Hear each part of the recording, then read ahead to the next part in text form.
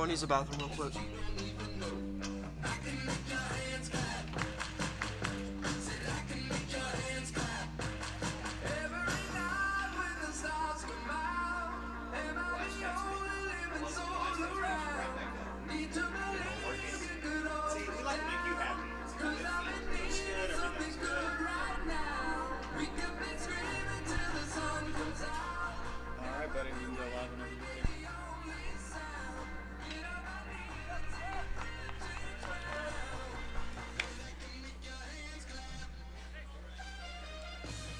Now pitching for the Bearcats, number 11, Thibodaux.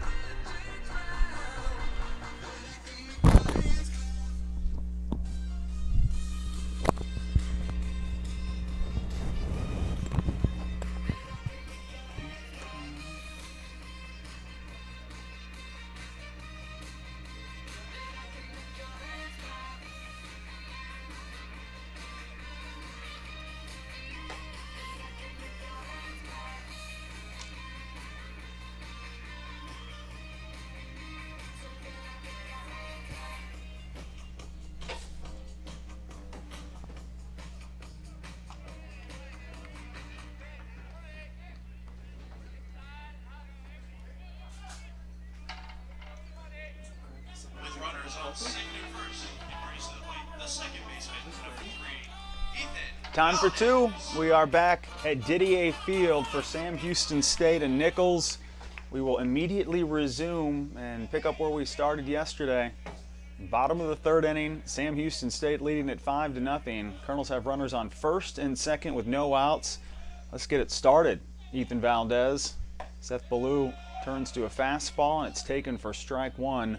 Valdez showing bunt. And Thibodaux, his first pitch of the afternoon, first pitch of the series. It's across for strike one. Had an hour rain delay last night and a band of storms that would not leave Thibodaux. No balls, one strike. Zane Washington on second, Brady Bell on first, and a pitch up and in that almost hits Ethan Valdez.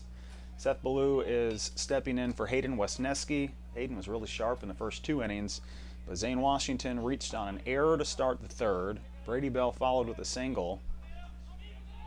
And even though the Colonels will stick with Caden Hatcher, he will return to the mound. He started yesterday. He'll be back on the hill for the top of the fourth inning. Thibodaux making his 11th appearance of the season for Sam Houston State. 1 ball, 1 strike. No outs in the third. And Blues 1-1 pitch. It's outside for ball 2. Seth is a southpaw. He's 1-1 on the year with a 3.09 ERA.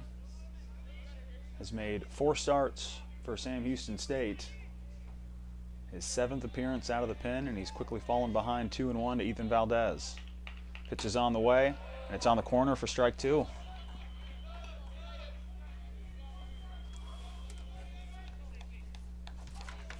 Thomas Wachowiak is still calling balls and strikes. Jerry Johnson is at first base. John Schiller is your third base umpire.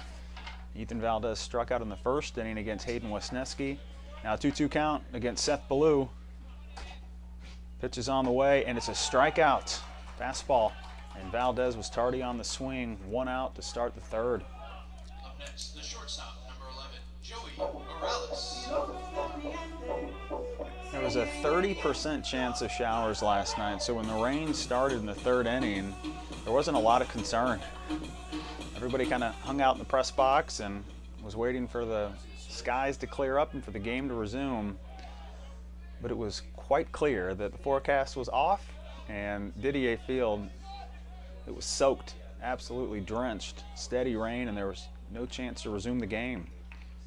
Joey Morales with 1 out and runners on first and second. He'll take a fastball up and in for ball 1.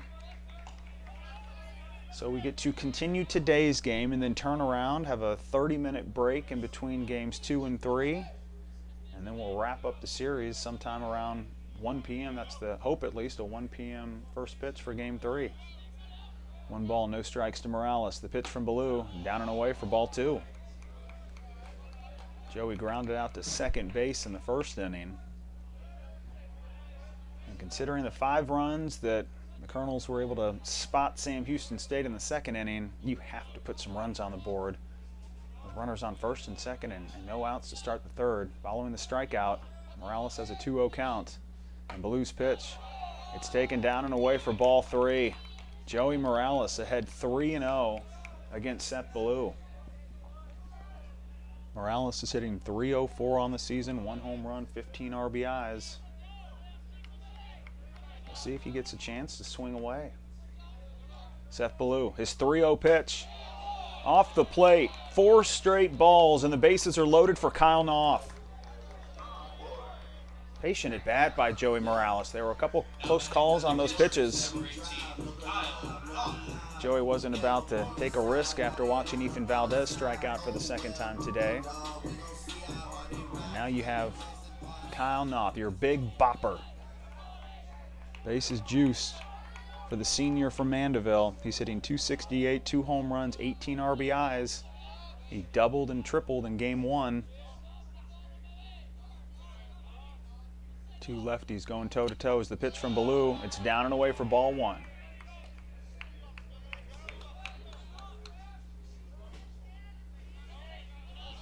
Knopf has been up and down with runners in scoring position this season. He's hitting .222 with runners in scoring position. He's got the bases loaded, 1 out, and a 1-0 pitch that he lines to third on 1 hop. It's collected by Hafner. He throws to second, and it's turned.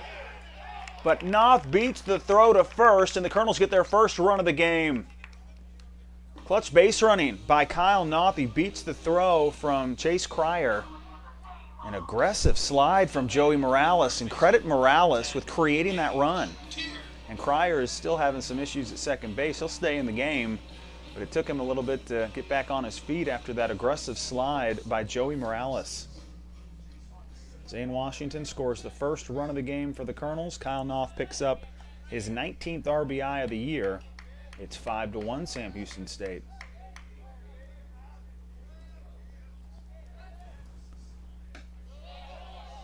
And the first pitch to Gage Tier is off the plate, down and away for ball 1. That's 3 straight Colonels that have been able to get ahead in the count against Seth Thibodaux. Sam Houston State leading it by 4. Brady Bell is now on third base, Kyle Knopf on first base, and a 1-0 count to Gage Tier. He singled against Hayden Wesneski in the second inning. A 1-0 pitch on the corner for strike 1.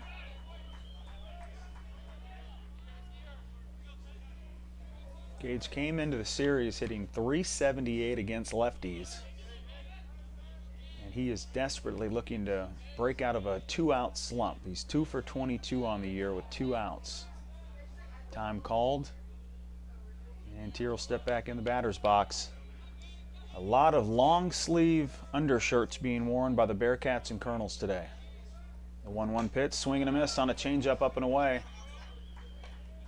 2 strikes, 2 outs. Sam Houston State leading it 5-1. Runners on the corners for the Colonels. Cleanup hitter Gage Tier. He'll look down at Coach Seth Thibodaux. Coach is wearing a pullover sweatshirt for today's game. Has his Colonel hoodie on. 50 degrees at first pitch. And now a 1-2 count to Gage Tier. And Gage will ground it into the hole to the left side of the infield. It's snagged by Hafner, and he'll throw up the line for an error. The second run is in, and the Colonels will have runners on the corners with 2 outs in a 5-2 game. Second error at third base in the inning.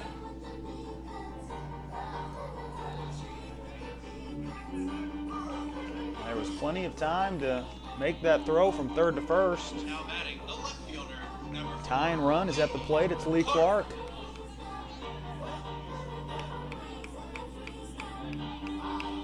Then Hafner played at shortstop at Buffalo. Came into today's game with 9 starts at third base. But a rough inning for the Bearcat third baseman.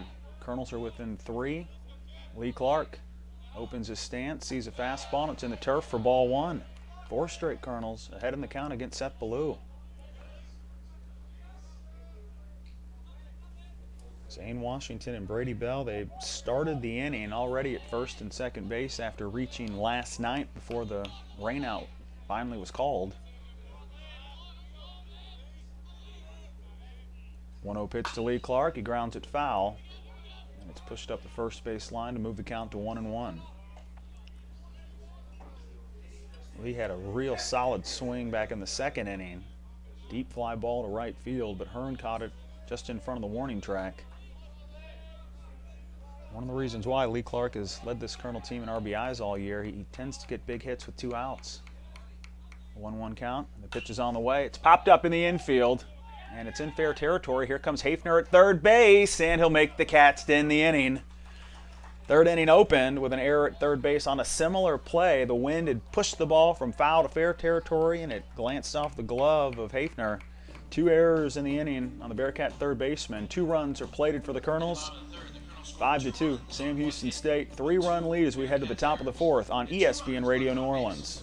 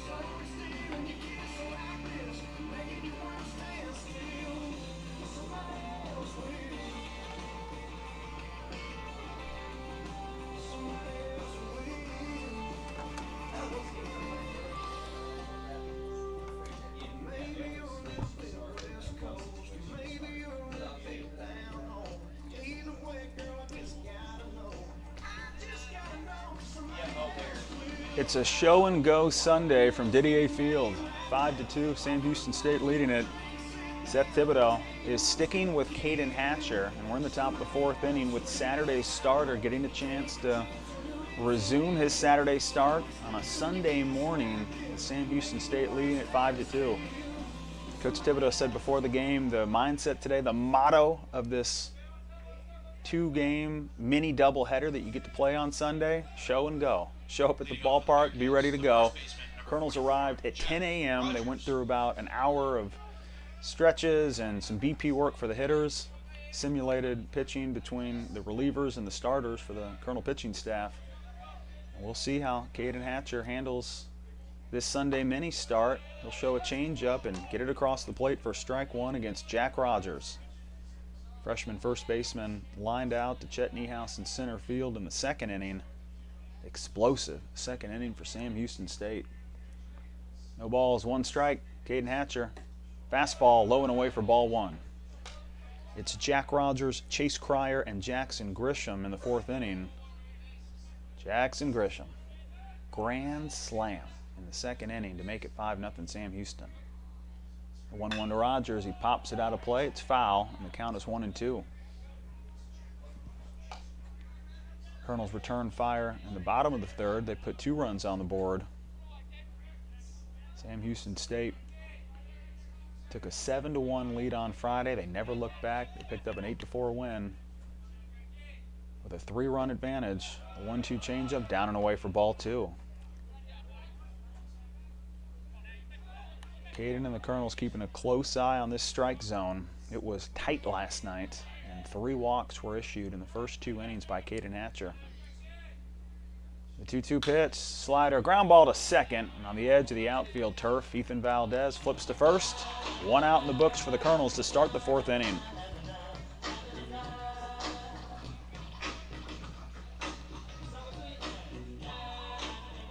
Caden Hatcher came into yesterday's game with one of the top strikeout-to-walk ratios in the country, and it's always a storyline because he's been a pinpoint pitcher from day one, and his accuracy, his control, it's been phenomenal. And to have Alex Ernestine and Caden Hatcher going back-to-back in your rotation, a lot of real complete competitive starts because they are strike throwers. Chase Cryer will swing at the first pitch and foul it towards the Colonel dugout, 0-1 to the Sam Houston State second baseman. No balls, 1 strike, 1 out in the top of the 4th. Pitch from Hatcher, slider, strike 2. And the issue last night, you just don't need to give Sam Houston State any gifts. They are too good. And to have a small strike zone for one of the most accurate pitchers in the country, Caden Hatcher, 3 walks in the first 2 innings, that has never happened. 0-2 pitch and a check swing. It's fouled off accidentally by Chase Cryer. Count stays 0-2. There was a 2-2 pitch on a slider to Hunter Hearn. And the entire Colonel infield, they started to exit the field, and so did Caden Hatcher. He was ready to leave the mound. Looked like a clear-cut strike 3. Was called a ball. And then Hunter Hearn drew a walk, and by the time that second inning was over, 5 runs had been scored by Sam Houston State. Hatcher misses on his 0-2 slider. It's in the turf, and the count is 1-2 with 1 out in the 4th. Caden Hatcher, he winds and pitches. Fastball line to center. Chet Niehaus has room, and he's got the catch. 2 down. Ground ball to second. Line out to center field. Number 8 and 9 hitters are taken care of by Caden Hatcher. Base is empty. 2 outs, and here comes Jackson Grisham. Jackson Grisham hit 1 home run as a freshman. He hit 1 home run as a sophomore. He had 1 home run in his junior season. And then he annihilated a baseball in the second inning for a grand slam into right field. What a way to get your 4th home run of your career and your 2nd in a season. Grisham swings at the first pitch, lines it up the middle. Morales, great grab, throws to first. It's late. Infield single, Jackson Grisham. 2 hits in his last 2 plate appearances, and Sam Houston State has their 4th hit of the game. Jackson Grisham has brought a different level of aggression to the ballpark, and start of yesterday's game and the continuation into today's game. He swung at a 2-0 pitch in the first inning, fell behind, and then dropped that grand slam in the second. Swings at the first pitch with 2 outs in the 4th. And now he is aboard for Ben Hafner.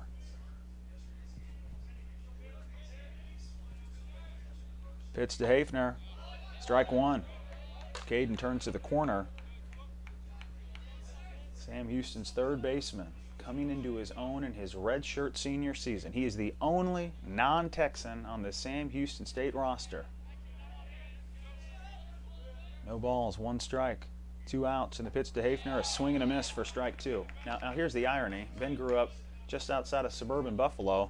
I think we've got the same temperature today that they do in Lancaster, New York. 41 degrees in Lancaster this morning. 49 degrees at first pitch, maybe 50 here in Thibodaux.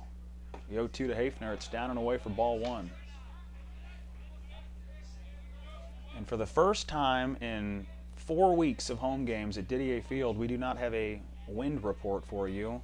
We've been at 15 miles an hour south to north in almost every single game this season. Still quiet morning with temperatures still in the low 50s. And a throw over to first base from Caden Hatcher. Jackson Grisham slides back to the bag. 1 ball, 2 strikes, 2 outs in the top of the 4th with Sam Houston State leading at 5-2. Hafner lined out to right field in the first inning. He lined out to center field in the second. A 1-2 pitch, foul ball, 1-2.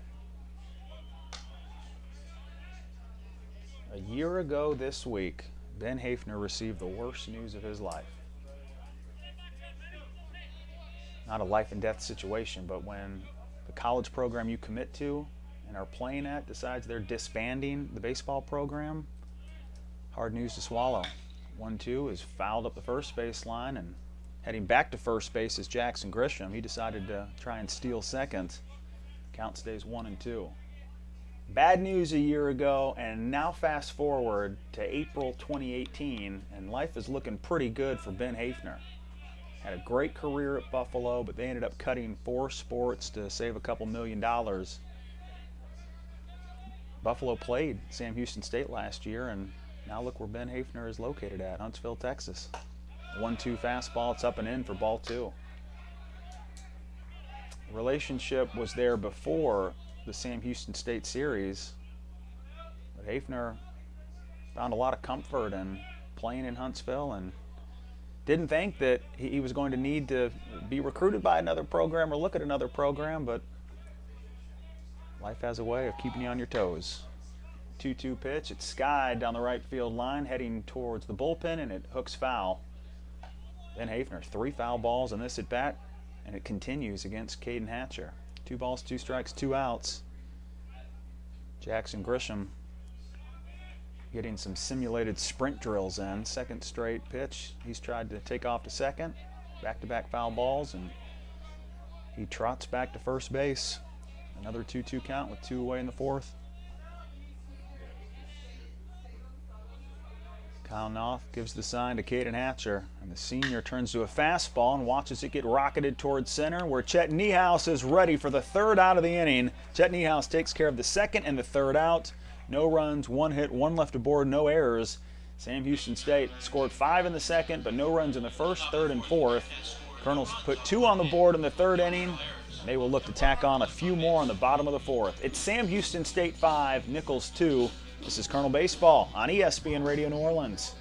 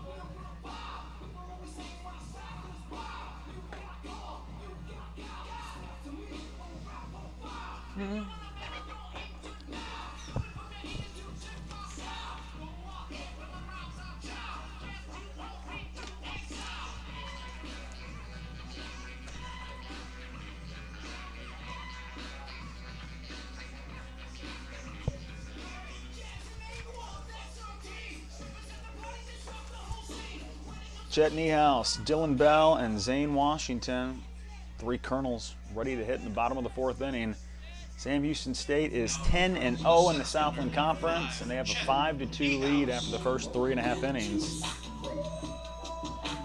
Chet Niehaus has made a lot of friends with Sam Houston State this weekend.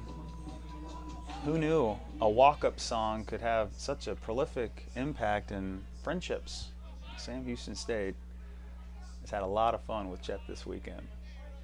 Pimp Juice is making memories up and down Didier Field. And Niehaus will see a fastball, and it hits the corner for strike 1. Chet Niehaus picked Pimp Juice as his song last year, and all of us said, "Are you going to bring it back for your senior year? It's the only thing we want to know, Chet. You going to do it?" "Oh, it's mine for life. It's my walk-up song from here to eternity." The 0-1 to Niehaus. Down and in for ball 1. Who knew 30 years ago or 20-something years ago, when press box workers and sports information directors decided to assign a song for each hitter walking to the plate, that this is where walk-up songs would take us, a new life of their own. 1-1 to Niehaus. It's up and in for ball 2. You have no idea how much time we spend before the season programming and preparing for walk-up music, and it's a big deal for players. Kyle Knopf, took him until the day before our first game of the year to figure out what song he was going to go with. Couldn't figure it out. 2-1 pitch, it's popped up out of plate on the 3rd base line, 2-2. And you better believe if guys are slumping a little bit or they're going through a few games of struggles, they're changing up their song, and we have to be ready to alter that playlist. 2 balls, 2 strikes, no outs to the leadoff man in the bottom of the 4th. And a breaking ball that gets away from Ballou and ducking out of the way. Chet Niehaus making sure that he avoids a hit by pitch and has the count full. Ballou allowed a couple inherited runners to score in the third inning, one on an error. Chet Niehaus, he was the leadoff man for the Colonels last year, leading off the fourth. And a full count pitch that he takes up and in for ball 4. Chet Niehaus draws a leadoff walk. This is why Chet Niehaus finds himself in the top 10 in the Southland Conference in on-base percentage. Niehaus is 7th in the SLC in on-base percentage. Leadoff walk. Now Dylan Bell will have his bat taken away as the Colonels make a mid-game change. Dane Simon will pinch hit for Dylan Bell. Dylan had an accidental swing in the second inning. First pitch he saw, he grounded it back to the mound. Now it's Dane Simon getting a chance to hit. Freshman from Destrehan, Louisiana, has a runner on first. No outs. Bottom of the fourth inning. Colonel offense coming alive in the last 2 innings. Blues first pitch, it's a fastball, and it sits on the corner for strike 1. Our favorite walk-up song story has to be Justin Holt's dad. Justin spent 4 great years patrolling center field for the Colonels. He had this R&B song, top 40, real popular, but didn't have a lot of energy to it. 0-1 pitch to Simon, it's on the corner for strike 2. And Justin's dad, who's a pastor in Pass Christian, Mississippi, he came up to the press box and said, listen, I'm going to have to overrule my son here. No baby making music for the walk-up song. Wow. New song it is, Dad. The 0-2 pitch, it's fouled off in the netting. Count stays 0-2. Easily the best in-game conversation we've had with a parent. And Justin was happy to oblige and added a little more of an energy hip-hop song to his collection. Colonels looking for their 3rd straight hit. But they won't come up with it. An 0-2 fastball, and Dane Simon pinch hit strikeout as Ballou quickly takes care of the Colonel designated hitter.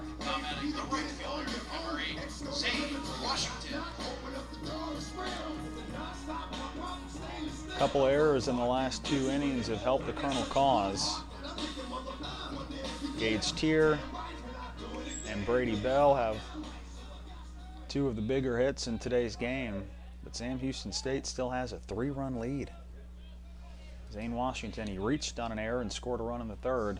Pitch to the designated hitter. It's popped up out of play behind the Sam Houston dugout. Washington is batting .280 in his rookie season with the Colonels. No home runs, 8 RBIs. His RBI total starting to increase game by game. The 0-1 to Washington, check swing. And he holds his bat back. Nice discipline by Zane to take a ball. Zane had 5 RBIs in the first 26 games of his freshman season. Then he produced 3 on Wednesday. Pickoff attempt over to first, and another error for Sam Houston State. It's up the right field line. Niehaus all the way to second. He stutter steps, turns for 3. Long throw. It's on time and on target. Niehaus overslides the bag, but he gets back to third in time. First to third, all Chet Niehaus. Bizarre sequence of events. Poor pickoff move at first base. Ballou throws it away, and it took a long time to track that ball down for Jack Rogers. He picks it up along the side wall in right field. Great throw to third. Hafner showed a little bit of athleticism to leap back and try to touch the heel and tag out Chet Niehaus. Great slide by Niehaus on the belly flop. And now he's at third base, 1-1 count. And the pitch to Washington, lined into left field for an RBI single. That's 4 RBIs in the last 3 games for Zane Washington. Colonels trail 5-3.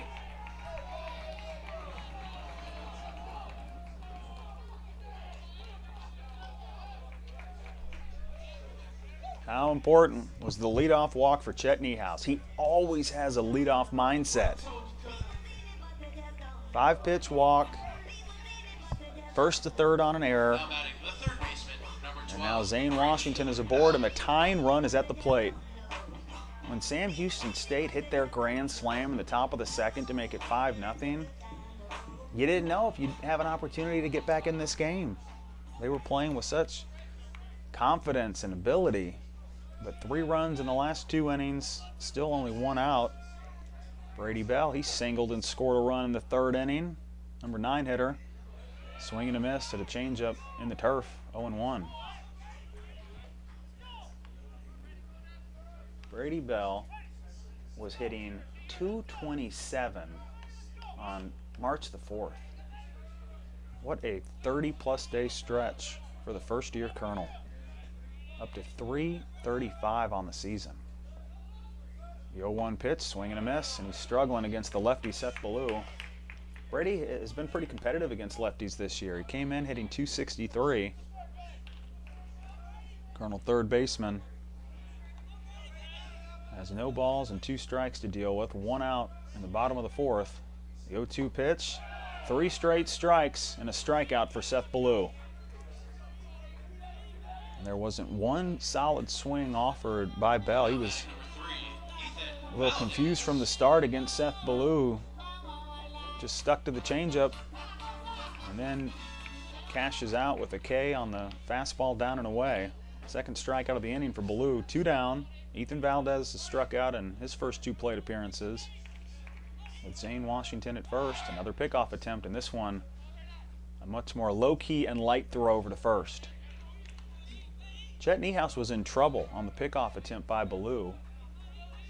But it was a hesitation pickoff attempt, and it wasn't a full throttle throw to first. Led to an error. Dropping the arm slot and trying another pickoff attempt. Ballou keeping a close eye on Zane Washington. Zane still looking for his first stolen base in his freshman season. And that's 3 straight pickoff attempts, and the routine continues. 3 errors in the first 3 2/3 innings for Sam Houston State. Colonels are within 2. 5-3 Bearcats, 2 down. And Ethan Valdez waiting patiently to see a pitch, and here it is. And Valdez swings and misses.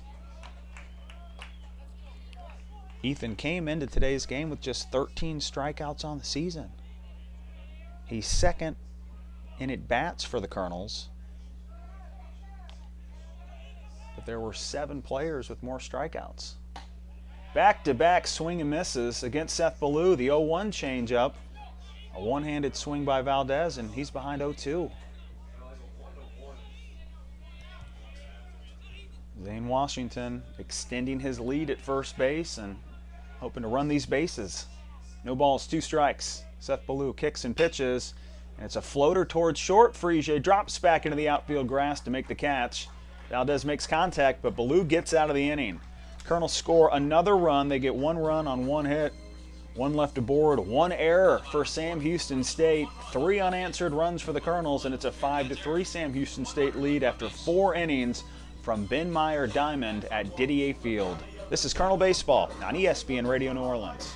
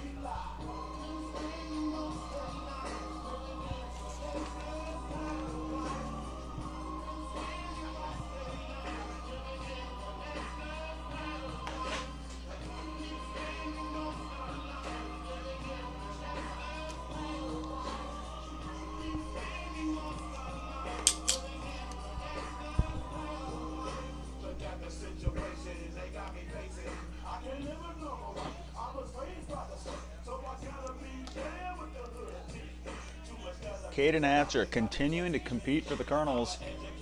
Sam Houston State has a 5-3 lead. We're in the top of the 5th inning. Last night's starter has now gone 4 innings, 5 hits, 5 runs. Caden Hatcher, 85 pitches in what is now approaching 18 hours of baseball. Hatcher, his first pitch of the 5th, it misses against Hunter Hearn. Hunter Hearn, a walk in the 1st inning, a walk in the 2nd inning, and this is his first Sunday plate appearance against Caden Hatcher. The 1-0 from Caden, it's down and away for ball 2. There was some debate with Coach Thibodaux and his assistant coaches, his pitching coach Zach Butler. Do we pull Hatcher? Do we just start anew on Sunday? 2-0 pitch, Hearn will take it for strike 1. And Sam Houston State, they decided to go in a different direction. Hayden Wesneski pitched the first 2+ innings last night, but after the rainout, it was Seth Ballou's turn to step in and try to help the Bearcat cause. 2-1 pitch, line drive in the hole. It's short, no play for Morales, and a leadoff single for Hunter Hearn. But after a forgettable 2nd inning, Caden Hatcher came and shut down Sam Houston State in the top of the 3rd. He had a 1-2-3 3rd inning, and that was the last memory that was given to the Colonel coaches and to his teammates. 8 innings or more in his first 3 Southland Conference starts. Let it ride. Give Caden an opportunity to pitch through the 4th and maybe through the 5th inning. Bullpen activity for the Colonels down the left field line with Hatcher trying to step up against Blake Chisholm and get some outs before Blake and Caden can duel for the 3rd time today. Pickoff attempt over to first base, and Hunter Hearn is back to the bag. Sam Houston State, they will send anyone and everyone. Hunter Hearn 1 for 5 on stolen bases this year, but he's been good in his career. Slider to Chisholm, it's taken inside for ball 1. Chisholm is 0 for 2 in today's game. Ground out to 3rd. Ground out to first base that Caden Hatcher actually had to take care of. He had to cover the bag to end the 2nd inning.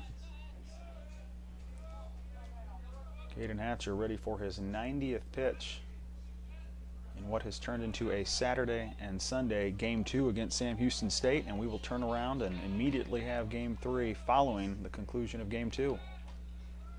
Hatcher putting some effort into this pickoff attempt over to first, and Hearn slides back again.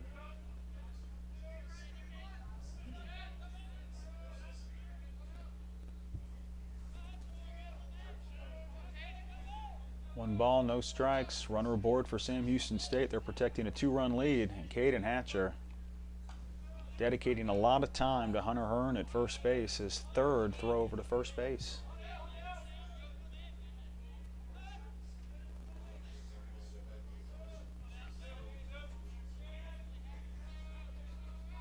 The 1-0 pitch from Hatcher. It's down and away for ball 2. 3 4-hitters for Sam Houston State in Game 2 of this series. They are taking a lot of pitches. Caden Hatcher had avoided a multi-walk effort all season long, and then Hunter Hearn gets walks in his first 2 plate appearances. 2-0 Chisholm hits the corner for strike 1. Blake Chisholm has hit everywhere in the Sam Houston State lineup this season. He is the only player to bat 1 through 9. And now he finds himself at cleanup midway point of the 2018 regular season. Caden Hatcher, a great pickoff attempt to first, but the same result. Hunter Hearn slides back in time. Sam Houston State overly aggressive in a 2nd inning that saw hit and run action, stolen base attempts, and then finally the grand slam by Jackson Grisham. The 2-1 pitch, check swing, ball 3. Great discipline from the 6'5", 230-pound senior from Friendswood, Texas. Blake Chisholm made a little pit stop at Alvin Community College, concluding his career with Sam Houston State. Hitting cleanup today, and a 3-1 fastball that he takes in the turf for ball 4. Caden Hatcher has matched his season walk total in 1 game. 4 walks on the year, 4 walks in Game 2 of this 3-game series against Sam Houston State. And here comes Andrew Frege. When number 7 shows up in Thibodaux, take cover. He walked and scored a run in the second inning. He flew out to deep center field in the third. 3 hits in Game 1 of this 3-game series. Just went on down the list. Triple, double, single. 15 triples in 3 years. He has a Major League stat line, a Major League Baseball all-star stat line. Caden Hatcher sets and pitches, and he misses up and in for ball 1. Andrew Frege has 616 career at-bats in 3 years with Sam Houston State. He's a career .295 hitter with 20 home runs, 111 RBIs, 30 doubles, 15 triples. Pro prospect. He is atop this pro prospect list for Sam Houston State. The 1-0 pitch, it's down and away for ball 2. There's a difference between being on the radar of a 25th round or 30th round selection and having some opportunities to play minor league ball.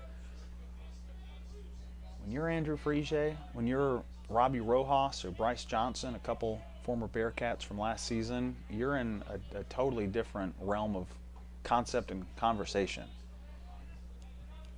Every single night at the park, you've got eyes on you. You've got Major League scouts that are observing your every move and tendency. And now Frege is ahead 2-0 against Hatcher. The pitch, fly ball to center field. Nicholls on his horse, heading back to right center, has room, reaches up, and he makes the grab. Sam Houston State will advance 1 runner. They'll have runners on the corners after Hunter Hearn moves from second to third. You'll take it. You fall behind 2-0 against Andrew Frege, and you get a fly out to center field. Great job by Caden Hatcher. And now there's 2 down in the 5th. Clayton Harp at the plate for Sam Houston State. Get the leadoff man on, you draw a walk. Smart hitting by Andrew Frege to drive that ball to right center field and move up a runner for Clayton Harp. And Seth Thibodaux calling time. Colonel Manager making the move from the dugout to the mound.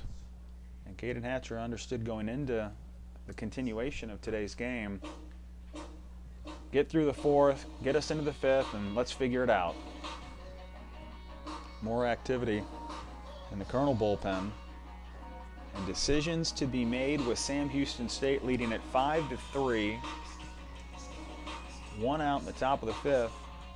3 errors for the Bearcats, allowing the Colonels to overcome this 5-run deficit. But now Sam Houston State back in business and ready to tack on a few more. Had a busy weekend at the Colonel baseball and softball complexes. And we can finally welcome a few of the Colonel softball players over to Didier Field. Hate when those double headers and conference series pair up at the same time at the same place. We had a couple great games being played between Abilene Christian and the Colonel softball program, but based on some weather delays and then an extra inning game and Friday's game, a 15-inning game between ACU and Nicholls. Couldn't double up our coverage. And those 2 games being played at the same time. But the Colonel softball program, they prevail in 2 out of 3. They lose in 15 innings on Friday, just their 6th home loss in the last 3 years. But they turn around and improve to 42-6 and then 43-6 at home with a 13-0 5-inning win Friday night.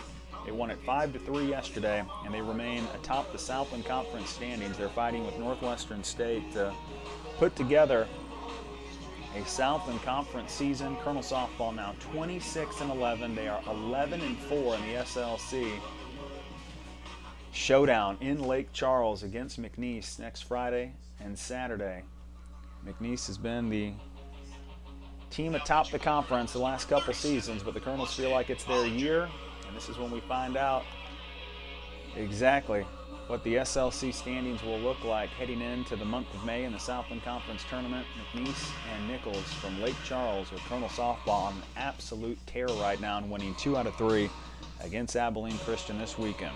Well, Seth Thibodaux did make a decision, and it's a call to the bullpen. First time in Game 2 we will see a Colonel reliever, and it's Austin Bollinger. Austin has had some control issues the last couple of games, but he is as good as they come for this Colonel relief role that forces you to make a tough decision and tap a lefty or righty arm against Clayton Harp and then Jordan Cannon. And with Hunter Hearn at third base and Blake Chisholm at first, Clayton Harp 1 for 2 today. He singled in the second inning. He struck out in the third against Caden Hatcher. Clayton Harp actually has better splits against lefties this season. He's a .345 hitter, but he's batting .355 against lefties. Austin Bollinger 1-3 on the year. It's his 18th appearance of his sophomore season. His ERA sits at 6.35. 14 walks in 17 innings. Jordan Cannon on deck, Clayton Harp at the plate. Can't walk and load the bases. Colonels are within 2 runs after spotting Sam Houston State a 5-0 lead. And we are ready to go with Brady Bell in at third base. And he gets a grounder immediately. He can throw home, and we've got a run down from home to third. Knopf back to third where he applies the tag. Hunter Hearn is out, and on one pitch, the Colonels take care of the Bearcat base runner at third base. 5-2 put out between Brady Bell and Kyle Knopf, and you really can't blame Hunter Hearn. He had his lead at third base, an accidental swing from Clayton Harp, and because Brady Bell was playing in, he was already in position to protect third base. No choice for Hearn. He had to try and get that rundown underway and head home. Disciplined baseball for the Colonels, and now 2 down for Jordan Cannon. Bollinger look at first and second. Now he sets, kicks, and pitches and misses down and away for ball 1. RBI single in the second inning for Jordan Cannon. It brought home the first run of the game for Sam Houston State. 21 RBIs for the junior catcher, who still gets some opportunities to pitch for Sam Houston State, not as much as his freshman and sophomore season. The 1-0 pitch, down and in for ball 2. Mr. Do-It-All. That's what Jordan Cannon has been for Sam Houston State. You need me as a reliever? Do you want me to be your midweek starter for 1 game in my career? Got it. Setup man? Closer at times? Sure. Catcher? All right, let's do it. Let's hit. The 2-0 pitch, and Cannon ropes it towards third. It gets past Bell. It's into left field. Sam Houston State will score a run. The ball is bobbled by Clark in left. And the Bearcats have runners on the corners, an RBI single, and a 6-3 lead. Not sure it would have mattered if Lee Clark picks that ball up cleanly, but it would have been fun. We at least could have seen Lee launch it to home plate, but an aggressive turn by Blake Chisholm. Designated hitter showing you his wheels. He scores. And Jordan Cannon, he just keeps hitting.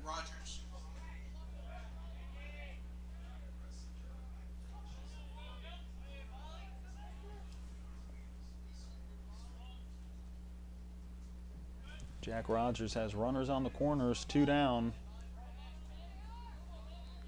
Clayton Harp quickly going first to third, and with Cannon at first base, Rogers trying to recoup some of those runs that Sam Houston State kicked away in the 3rd and 4th inning.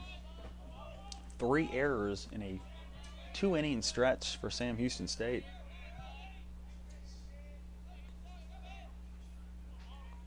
Austin Bollinger, the lefty-on-lefty matchup, shows the fastball, but it's up and in for ball 1. 0 for 2 day for Jack Rogers. A line out to Niehaus in center field, a ground out to second base in the 4th inning. First plate appearance against Austin Bollinger, and in a real limited sample size, Jack Rogers has been really good against lefties. 1-0 pitch, up and in for ball 2, and here comes Kyle Knopf immediately jumping out of the batter's box and requesting a word with Austin Bollinger. 5 at-bats against lefties this season for Rogers, 2 hits. But this is how you stay in the game when pitching change is made, especially when a lefty is brought in and you have a bench with as much firepower as Sam Houston State's. 2 balls, no strikes, runners on the corners. 2 outs for Sam Houston in the top of the 5th. And the pitch from Bollinger. Strike 1, knee high on the corner. Bollinger trying to survive this inning. He had to inherit a couple runners when he was brought in following the single and walk to open the inning. Caden Hatcher pulled after getting a line out to Andrew Frege. 3rd batter faced for Bollinger. The 2-1 pitch, fly ball, center field. Chet Niehaus, plenty of room, steps to his right and approaches for the 3rd out of the 5th inning. Chet Niehaus took care of the fly out from Frege for out number 1. He gets the 3rd out on a fly ball from Jack Rogers. Sam Houston State puts together 1 run on 2 hits. They strand 2 runners. Colonels avoid an error in the 5th inning. 3 errors on Sam Houston State, 1 on the Colonels. It's been that kind of Saturday and now Sunday game. Weather has played a factor. The wind was brutal yesterday. 4 errors in the first 4.5 innings between the Bearcats and the Colonels, and Sam Houston State now has a 6-3 lead. We're off to the bottom of the 5th inning on ESPN Radio New Orleans.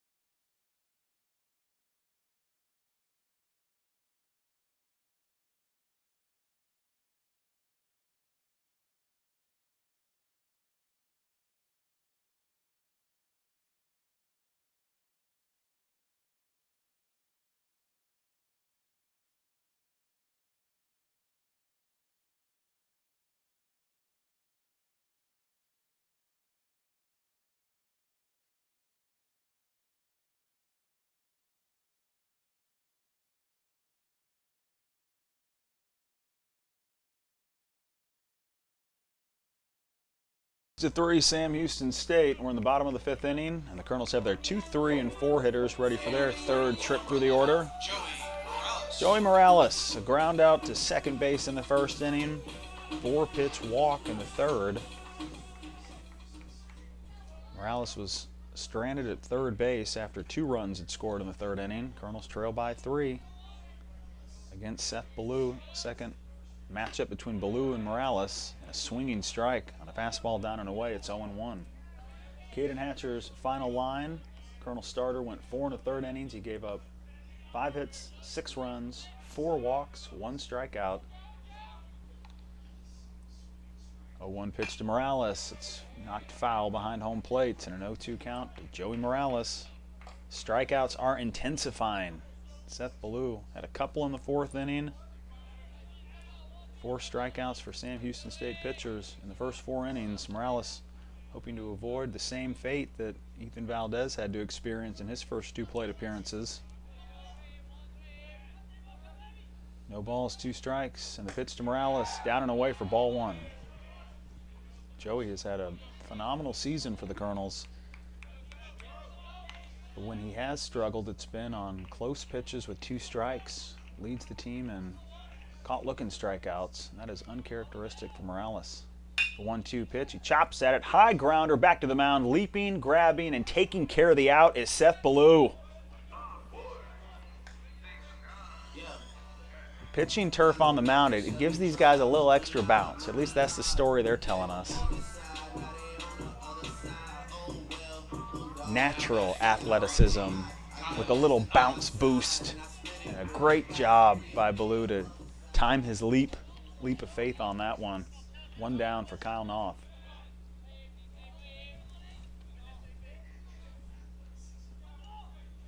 Seth Ballou's first pitch to Kyle Noth. Cuts across the corner for strike 1. 0 for 2 day for Kyle Noth. He had a ground out to first base in the 1st inning. Produced an RBI in the 3rd. Ground ball to short. Sam Houston thought they had the double play, but Kyle Noth just beat the throw to first. The 0-1 fastball down and away for ball one. Kyle Noth now up to 19 RBIs on the season. That's third on the team. He has been a doubles machine. Had the RBI double in Friday's game. 1-1 pitch taken for ball two. Noth studying the pitch from Thibodaux and watching it into the catcher's mitt of Jordan Cannon. Close pitch, but now Noth is ahead 2-1. Colonels trail by 3 runs in the bottom of the 5th. 2-1 pitch taken for ball 3. Kyle Noth has his on-base percentage up to .378 on the year, even though the batting average has taken some time to get back to .270. Back in the range that we're accustomed to seeing, Noth has been able to draw a lot of walks this year. 3-1 pitch, he fouls it out of play, full count. Kyle is second on the team in walks. But for a guy that was hitting in the 230s 2.5 weeks ago, has his average up to 270. He's a career 300 hitter. Full count, 1 away, bases empty. 3-2 pitch, fly ball to left field. Grissom back to the track, plenty of room, and out number 2 taken care of. Ball is just hanging up in this still, quiet Sunday morning atmosphere that has not done any favors to Colonel hitters. But hey, we're warming up. We are up to 51 degrees. We've gained a degree. We started at 49.5 degrees, up to 51. 2 down, Gage Tier, base is empty. And first baseman will take a fastball for strike 1. Single in the 2nd inning. Gage reached on an error in the 3rd. No balls, 1 strike. 2 away in the 5th. The 0-1 pitch, down and away for ball 1. Sam Houston scored the first 5 runs. Colonel scored 2 in the 3rd, 1 in the 4th. Bearcats picked up another run in the 5th. They lead at 6-3. And Thibodaux doing a great job. He had to replace Hayden Wisniewski and has been solid. 1-1 pitch, strike 2. It may have been a strike, but it's the delayed call that just infuriates people. It's cold out. Takes a little bit of time to show that right arm and signal the strike call. 1 ball, 2 strikes, 2 outs. Gage Tier stands in and sees a changeup miss down and away for ball 2. It's easier to tell you who isn't wearing gloves and having blankets wrapped around them. A lot of sweatshirts, a lot of hoodies. The bare-handed ballers, those are the real warriors today. 2-2 pitch, up and in for ball 3. Thibodaux is one of those Sunday warriors. Forget the Under Armour gear, forget the long sleeve underneath your jerseys. Just a t-shirt, grab the ball, pitch it, and get a grounder to first base, and a great grab by Rogers, and he walks it over to first base. Jack Rogers reaches down, snags the ball, and takes care of the 3rd out. A 1-2-3 5th inning. It's the first time since the opening inning Sam Houston State's pitching staff has been able to get a 3-up, 3-down frame, and they will protect this 6-3 lead and take it to the 6. Colonel 2, 3, 4 hitters, they go down in order. It's Sam Houston State 6, Nicholls 3. This is Colonel Baseball on ESPN Radio New Orleans.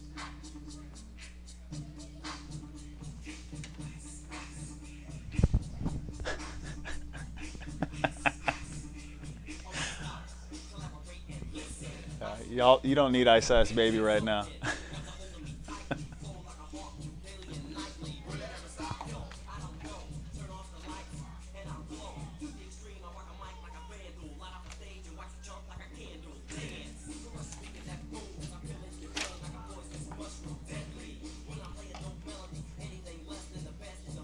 A little bit.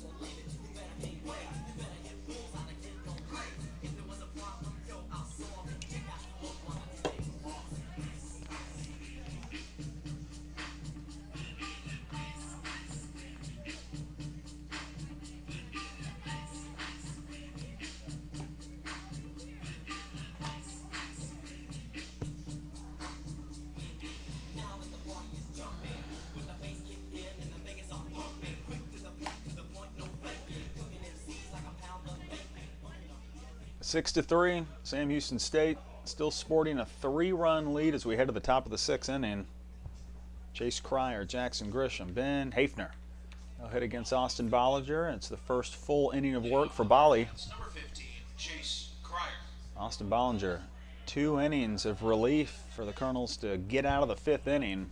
Sam Houston State scored a run in the 5th on an RBI single by Jordan Cannon. He has 2 RBI singles in the first 5 innings for the Bearcats.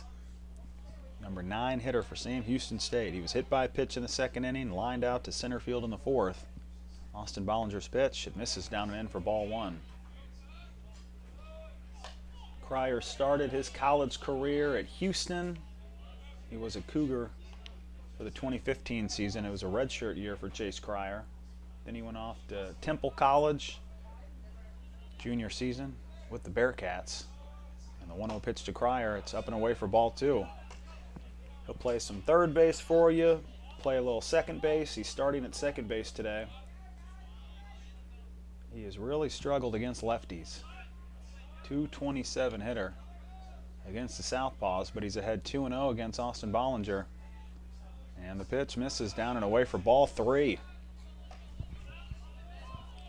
When Sam Houston State gets their leadoff hitter aboard, it's been automatic.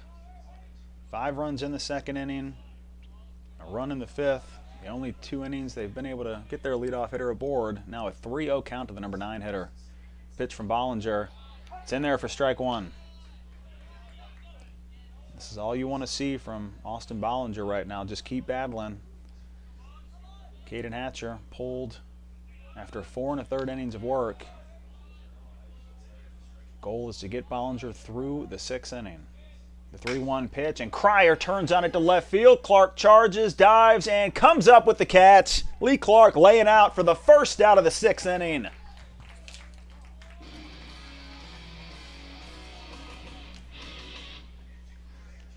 That was a tough slide for Lee. Had to drop to his knee and slide face first just to ensure that 1, he got his glove on the ball, and 2, if he was unable to play that pitch and play the slide perfectly, that the ball wouldn't roll all the way to the wall. Great job judging the trajectory and getting the first out. And how about Austin Bollinger? You fall behind 3-0 and still come up with the out. Against Jackson Grisham, fastball misses down and away for ball 1. It's been a busy day, a busy Saturday and Sunday for Jackson Grisham. Grand slam in the 2nd inning. First pitch single in the 4th inning. He'll wave the bat above his head, and the lefty will take a strike, a fastball that hits the corner, 1-1. Be ready to play whenever your number is called. Jackson Grisham comes into Game 2 of this series with 39 at-bats on the year in 25 games. Sam Houston State's 30th game of the 2018 season, and it's Grisham providing the biggest spark. The 1-1 pitch, fastball up and away, but Grisham swings and misses, 1-2. Bollinger trying to feast against a lefty. Gets an important line out to left field against Chase Cryer. Now Austin Bollinger, 1 ball, 2 strikes, 1 away in the 6th. Bolly, a kick and a pitch for strikeout number 1. He came with the heat up and in, and Grisham can't catch up to it. 2 down in the 6th.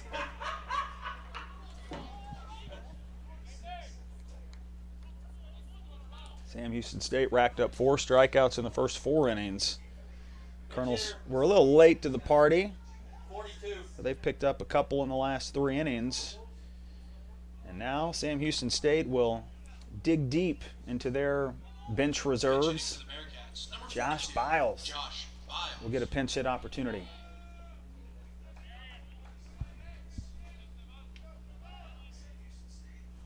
Two down, bases empty. Colonels trailing 6-3. Biles is hitting .304 and 23 at bats. He's 7 for 23 on the season. 1 home run, 4 RBIs. Big right-handed hitter. And the pitch to Biles. It's taken down and in for ball 1. Sporadic opportunities over the last few weeks for Biles. He's been exclusively a pinch hitter in the last couple weeks. Pinch hit against Abilene Christian for a single. Pinch hit in last Saturday's finale against ACU. A 1-0 pitch to Biles, swing and a miss, strike one.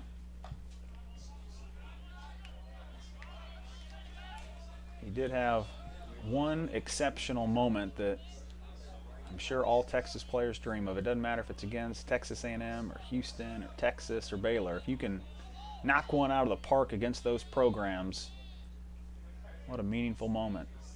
The 1-1 to Biles. It's up and away for ball two. Biles came to the plate against Baylor on March the 3rd and went into launch mode. First home run of the year, and what a way to do it on the road in Waco. 2 balls, 1 strikes. 2 outs, bases empty, and Biles turns on one to left center field. Lee Clark to the track, in the gap, looking up, and it's Nicholls diving but unable to make the grab. Extra bases for Biles and a 2-out double.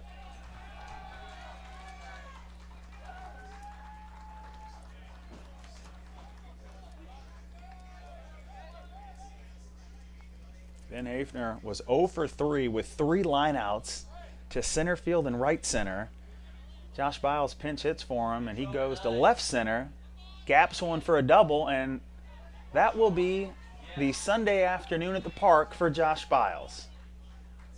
He'll leave. Pinch runner for Sam Houston State will step in with 2 outs.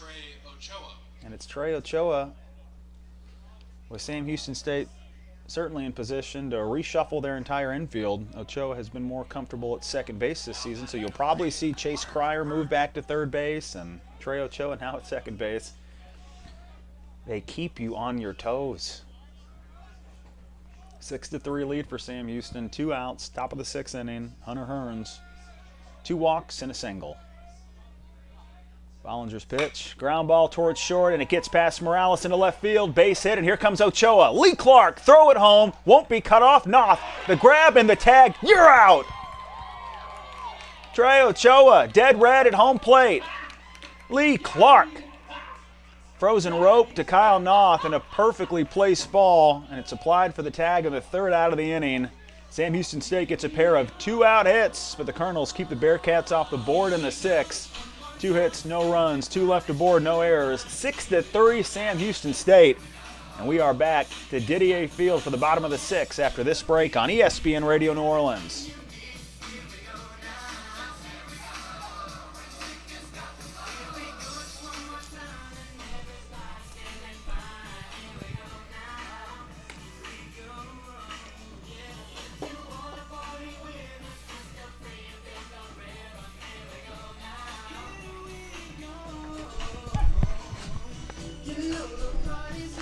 If she wants to dance, you can show her. If she wants to dance, you can show her. Oh, yeah.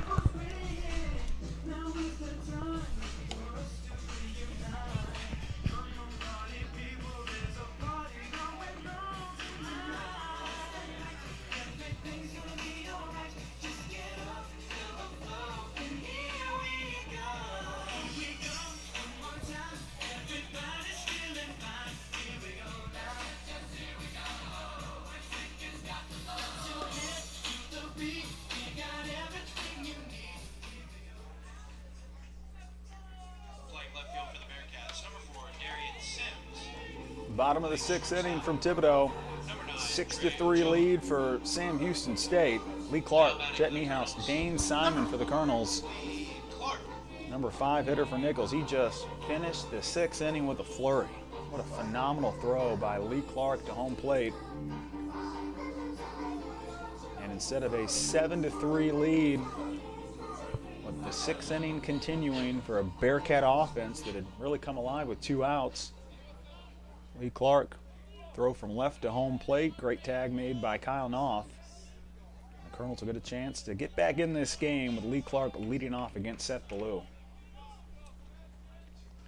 Ballou, a fastball, and he places it perfectly on the corner for strike 1.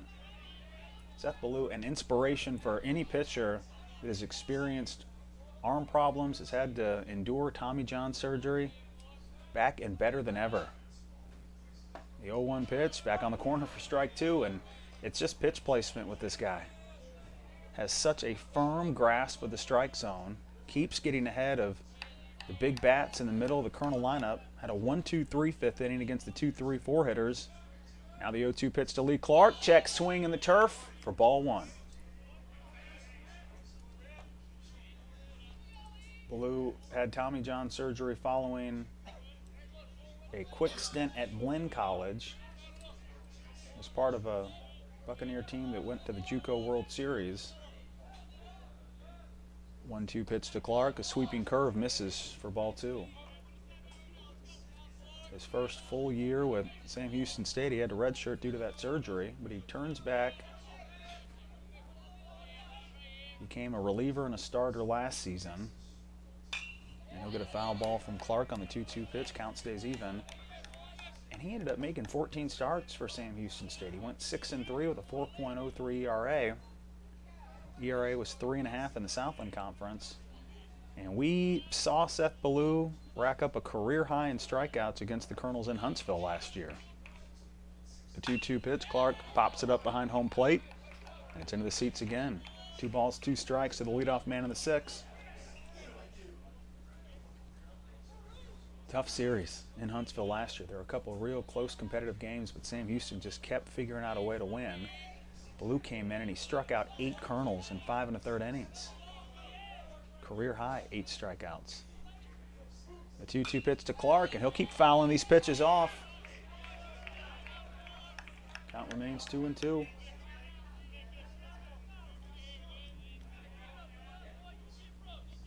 Sam Houston State has relied on a total of 10 pitchers to start 30 games this season.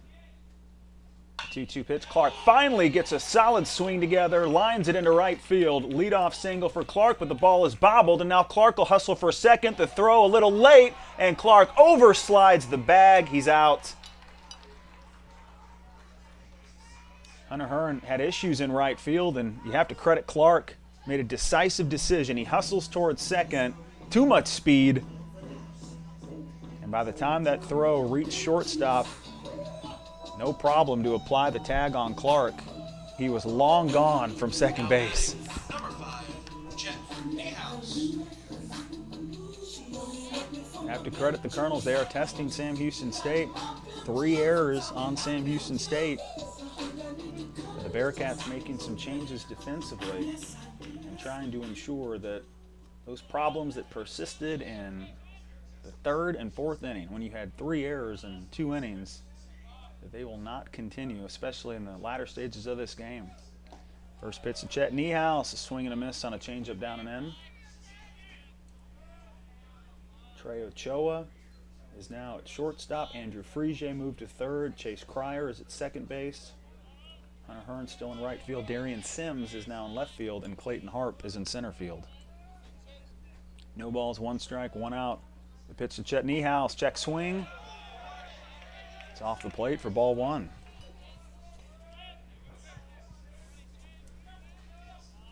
A lot of teams talk the talk about being versatile. Sam Houston State in first place in the Southland Conference with one of the most versatile teams in the country. 1-1 pitch to Niehaus, and a beautiful fastball in the corner for strike 2. Ballou continues to get ahead of these Colonel hitters. Had 2 strikes quickly against Lee Clark before the base hit into right field. But of course the bases are empty following the throw from Hearn to second base to take care of an over-aggressive Lee Clark. And now it's Niehaus swinging at a 1-2 pitch. Slow tap to second for the second out. Cryer to Rogers, 2 away in the 6th. And that is 6 straight Colonels that have now been retired. Now batting number 27, Dane Simon. Dane Simon pinch hit for Dylan Bell in the 4th inning and struck out on 3 pitches. And Seth Ballou, he is letting his manager know that the decision to rock with the lefty and to not give Hayden Wisniewski a chance to continue Saturday's start into Sunday morning, it's been the right decision. That's why you have a lot of deep options in your bullpen. Dane Simon will take a pitch down and away for ball 1. And it's fun to project and imagine what the Sam Houston State rotation and bullpen will look like in May. What direction will Matt Deggs go with this team? 1-0 pitch, looking to bunt, pulling the bat back, and taking the pitch for ball 2. Dane Simon ahead in the count 2-0. It's already been the most memorable week of Dane Simon's short and brief time in Thibodaux. 3 hits at LSU on Tuesday. 2-0 pitch that he'll take for strike 1. A lot of guys may spend their entire career dreaming of a 2-strike, 2-out base hits at Alex Box against LSU. Simon did it in his first year.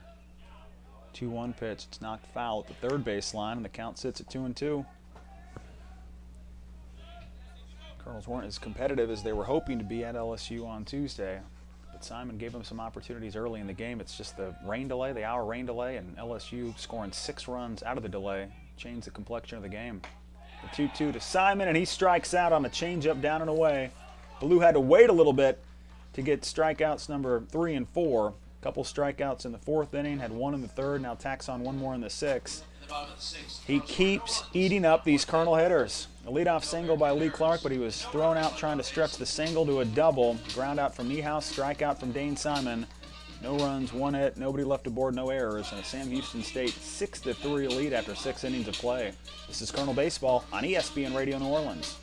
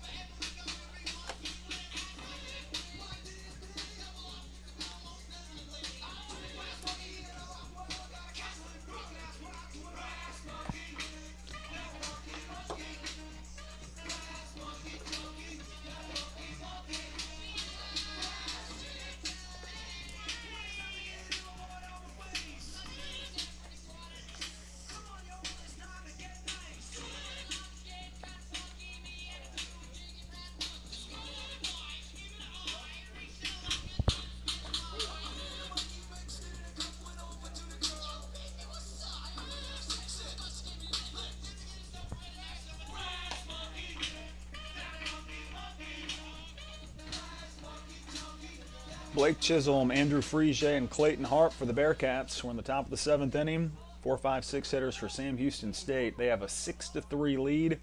They've been able to overcome 3 errors in the 3rd and 4th inning that led to all 3 Colonel runs. And now it's their big bopper, designated hitter Blake Chisholm, leading off the 7th. It's been a big week for Major League Baseball. Opening day last Thursday, first full week of Major League Baseball, and Shohei Ohtani continues to be the story, especially out west in Southern California. Chisholm, he'll take a pitch down and away for ball 1. 3 home runs in 3 straight games for Shohei Ohtani. But I'm not really that impressed considering what Blake Chisholm did a couple weeks ago. 1-0 pitch to Chisholm, he'll take it on the corner for strike 1.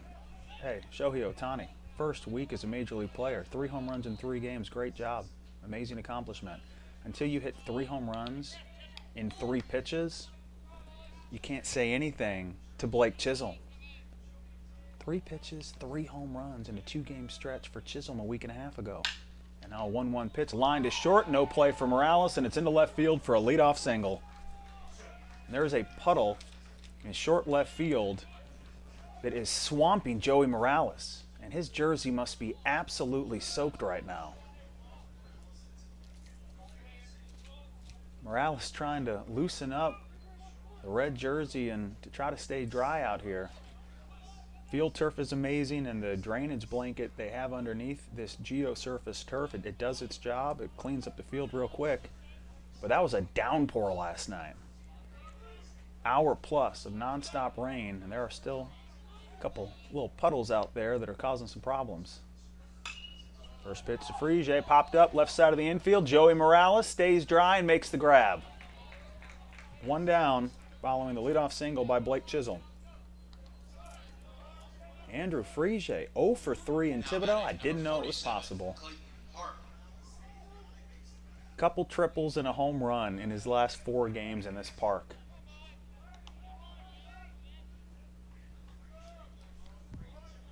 3-run lead for the Bearcats, and Clayton Harp, 1 for 3 day. Center fielder will take the first pitch from Bollinger. It's down and away for ball 1. Back to Chisholm real quick. First home run of the year is an inside the park home run at Minute Maid. Bearcats head to the Astros Park. They beat Vanderbilt, and Chisholm gets a walk-off. Gets the inside the park home run early in the game. Bollinger, a 1-0 fastball. It's up and in for ball 2. And then you really get to flex and show some true power. Unload with a couple of big home runs, and now you're atop your team lead. 2-0 pitch, down and away for ball 3. But what a way to get up to 6 home runs. 3 home runs in 3 swings versus Dallas Baptist and Rice. Sam Houston State keeps winning big midweek games, and they can get down, they can trail the entire night like they did against Rice, and then just play catch-up in the 9th inning and win it late. 3-0 pitch, it's taken on the corner for strike 1. The Rice game was wild, but nothing will compare to that comeback against a top 20 team in Vanderbilt. Vandy comes to town. You get to play him at Minute Maid. Come back, tied up in the 9th, win it in extra innings. 3-1 pitch, inner half for strike 2, and Clayton Harp has to return to home plate. Started to make his walk up the first base line. Now the count's full, and Austin Bollinger. And these Colonel relievers, they are trying to find a way to keep Sam Houston State off the scoreboard. Already a 3-run lead for the Bearcats, and a 3-2 pitch that's roped into right field. Base hit and a first to third sequence for Sam Houston. Blake Chisholm all the way to third base. Runners on the corners now with 1 out for Jordan Cannon. You can't even call it a risk. It's just Sam Houston State baseball. 3-2 count. Designated hitter is on first base, and Blake Chisholm is triggered. He gets to try to take off towards second, and Sam Houston will live with the result. If it's a strikeout and Chisholm gets thrown out at second, fine. They're up 3. They'll play those odds. But instead, Clayton Harp just tugs the ball into right field, and Chisholm gets to sprint to third. Runners on the corners, 1 down. Jordan Cannon, it's his 4th at bat of the night, and he has been an RBI machine. Doesn't look like he'll get the opportunity to face off against Bollinger for the 2nd time today. Here comes Seth Thibodaux. Colonel Coach had to make a move in the 5th inning. He pulled Caden Hatcher and gave Austin Bollinger the ball. Bollinger, great job in the 5th, excellent in the 6th. He was able to get Andrew Frigier to pop up to short. But with 1 out and runners on the corners, and Jordan Cannon already 2 for 3 with 2 RBI singles. Seth Thibodaux, hands on his hips. Decisions. Alex Ernestine lasted 5 2/3 innings last night as a starter. Caden Hatcher went 4 1/3 innings in game 2 of this 3-game series. Seth Thibodaux has yet to make the sign, and now it looks like he will signal down the left field line, and the Colonels will make their call to the bullpen. 6-3, Sam Houston State leading it, 1 down, runners on the corners in the top of the 7th. Pitching change for Nicholls on ESPN Radio New Orleans.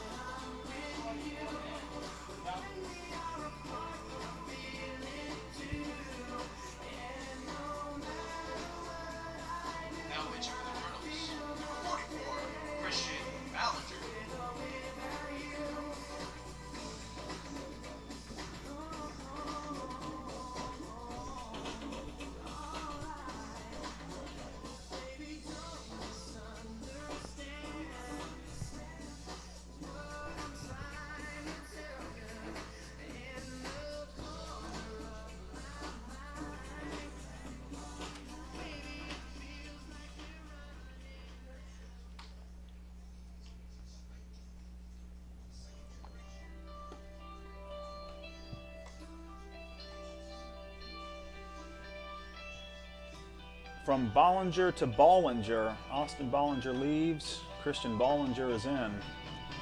6-3, Sam Houston State. We're on the top of the 7th inning. Bearcats have runners on the corners. Colonels will turn back to a righty. 6'5", 215-pound senior from Mandeville. Christian Bollinger working with an old high school teammate. Kyle Knopf is in his senior year, his first full year as catcher with the Colonels.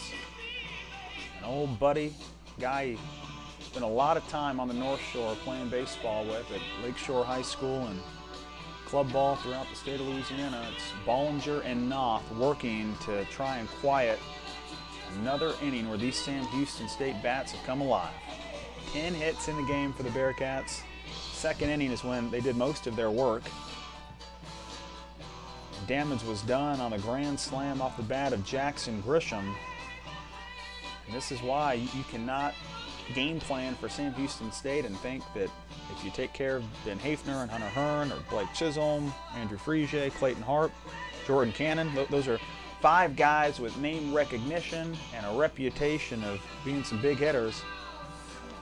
Andrew Frigier is 0 for 3 today. Blake Chisholm started 0 for 2. Has a walk and a single in his last 2 plate appearances, but the first 5 innings, you shut down Clayton Harp, you shut down Frigier, you shut down Chisholm. These are your 3, 4, 5 hitters. But Hunter Hearn is perfect tonight. He's got a couple walks, couple singles. Jackson Grisham had the grand slam.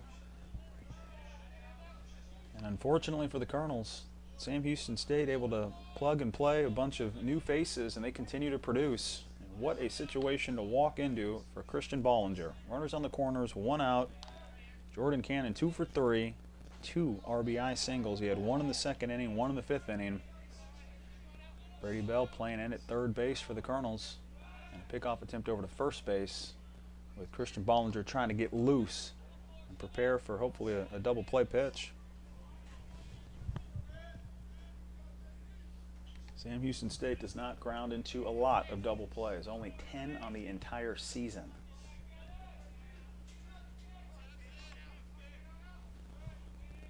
Righty on righty as Bollinger sets and deals, and it's a fastball check swing. It's off the handle of the bat for strike 1. Cannon wincing as he tried to pull that bat back, and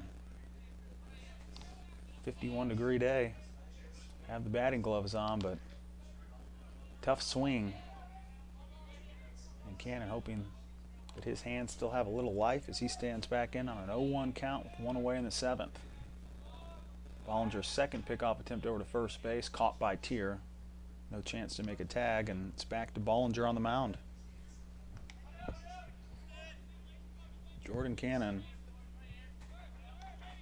up to the number 7 spot for Sam Houston State. He's spent a lot of time batting 8th or 9th, and when he has been in the 8 or 9 hole, Sam Houston State has been unbeatable. They're 14-1 when he hits 8th or 9th. 0-1 pitch off the plate for ball 1, and Knopf stared down Clayton Harp at 1st base. Kyle throws it back to the mound, and Bollinger tries to reset.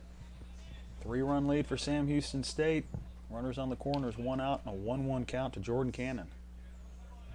Forget the 14-1 record when he hits 8th or 9th. They put him in the 7th spot today, and it's a 2 for 3 afternoon.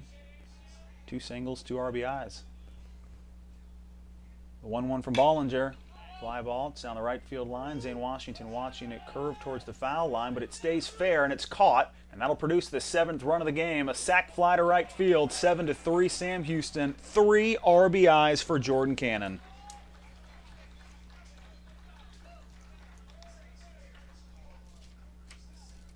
Blake Chisholm, he leads off the inning with a walk. He goes 1st to 3rd on a full count single to right field from Clayton Harp. And then Cannon does exactly what Matt Deggs has him here to do. Play situational baseball. Give us a 4-run lead. Now a 7-3 advantage for Sam Houston State. Jack Rogers, left-handed hitting freshman 1st baseman. This is the 3rd pitcher he has seen in 4 plate appearances. Lined out to center field against Caden Hatcher in the 2nd inning. He grounded out to 2nd base in the 4th inning against Hatcher. Lined out to center field against Austin Bollinger in the 5th. And now against Christian Bollinger. Kicking the pitch. Strike one. Keep it away from Rogers. Go to the corner. Get ahead against the number 8 hitter. Sam Houston continues to change up their style based on where they're at in the game and what they need. They were looking for that big inning in the first couple innings, and they picked it up with 5 runs in the second. The 0-1 pitch, foul ball. It's out of play to make it 0-2. Stutter step and a surprise steal attempt from Jordan Cannon. He's over at first base, really letting Kyle Knopf know that if you think this Sam Houston State catcher won't run, think again. Cannon has a couple stolen bases on the year, and he is letting Christian Bollinger and Kyle Knopf know that he's ready to take number 3. 0-2 count. And there he goes. Pitches up and away. Knopf throws to second. Morales, what a tag, but they won't get the out. Morales wasn't prepared for the throw. He had to cover quickly. Jordan Cannon, he just continues to surprise. Don't believe that Sam Houston State won't send their number 7 hitter and their catcher to try to take a base. And Kyle Knopf had a great throw, but based on the shift that Colonel infielders are playing for Jack Rogers, Morales wasn't in a position to cover the bag at second, and now Jordan Cannon has 3 stolen bases in 3 attempts. 1 ball, 2 strikes, 2 away in the 7th. 1-2 pitch, across for strike 3, and Christian Bollinger comes in. He limits the damage. He strikes out Jack Rogers. Couple hits, 1 run, 1 left aboard. No errors for the Colonels in the 7th. Sam Houston State, they gave up 3 runs to the Colonels in the 3rd and the 4th, but they bounced back with 1 in the 5th, 1 in the 7th. It's a 7-3 Bearcat lead. Colonels coming to the plate in the bottom of the 7th on ESPN Radio New Orleans. Ladies and gentlemen, it's time for the 7th inning stretch, brought to you by the Hooters and Homa. Delightfully tacky yet unrefined. Now stand up and join along in the playing of Take Me Out to the Ball Game.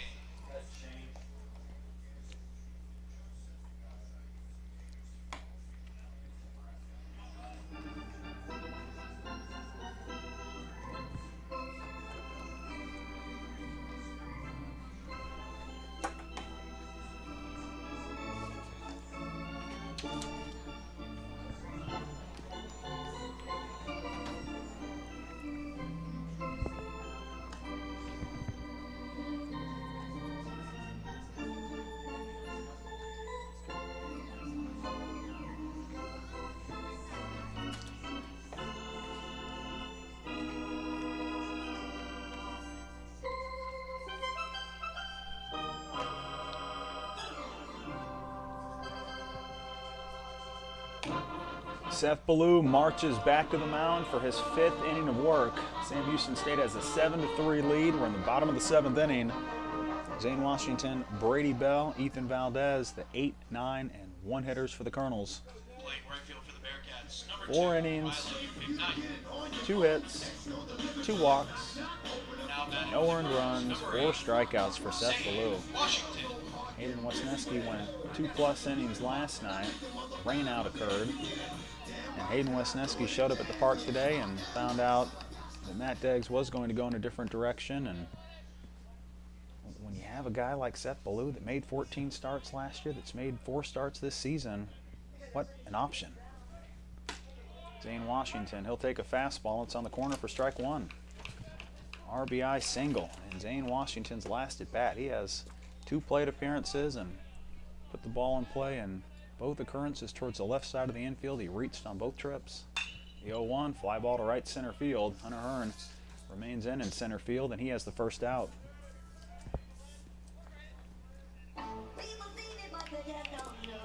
We'll update you on Sam Houston State's defensive personnel because it is the game within the game. Anytime the Bearcats come to town, Darian Sims is in left field. Brady Bell. Clayton Harp is in center field. Right field is now patrolled by Riley McKnight. Chase Cryer is at second base. Trey Ochoa is now at shortstop. Andrew Frege is now at third base. Hunter Hearn at first base. And Seth Ballou still throwing a lot of strikes. Puts one across the plate to Brady Bell. 0-1 to the Colonel third baseman. Jordan Cannon still working behind home plate. He's the catcher for Sam Houston State. And the 0-1 pitch misses down and into Bell. It's 1-1. Single and a run for Bell in the third inning. He struck out in the fourth inning. 1 ball, 1 strike, 1 away. 4-run lead for Sam Houston. And the pitch to Bell. Pop fly, third base side. Long run for Andrew Frege. And over his shoulder, he makes the catch. Andrew Frege, this is why you're at third base. Look up and grab it. When did he even see that baseball? Andrew Frege having a little fun on a Sunday afternoon in Thibodaux.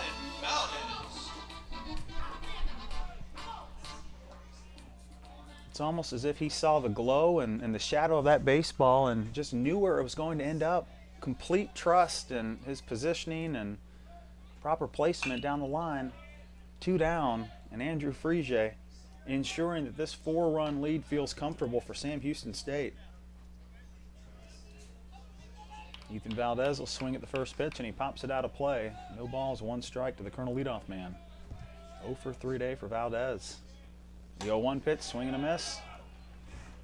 Thibodaux has just kicked it into a different gear in the last 2 innings. And getting any base runners on against this man has proven difficult.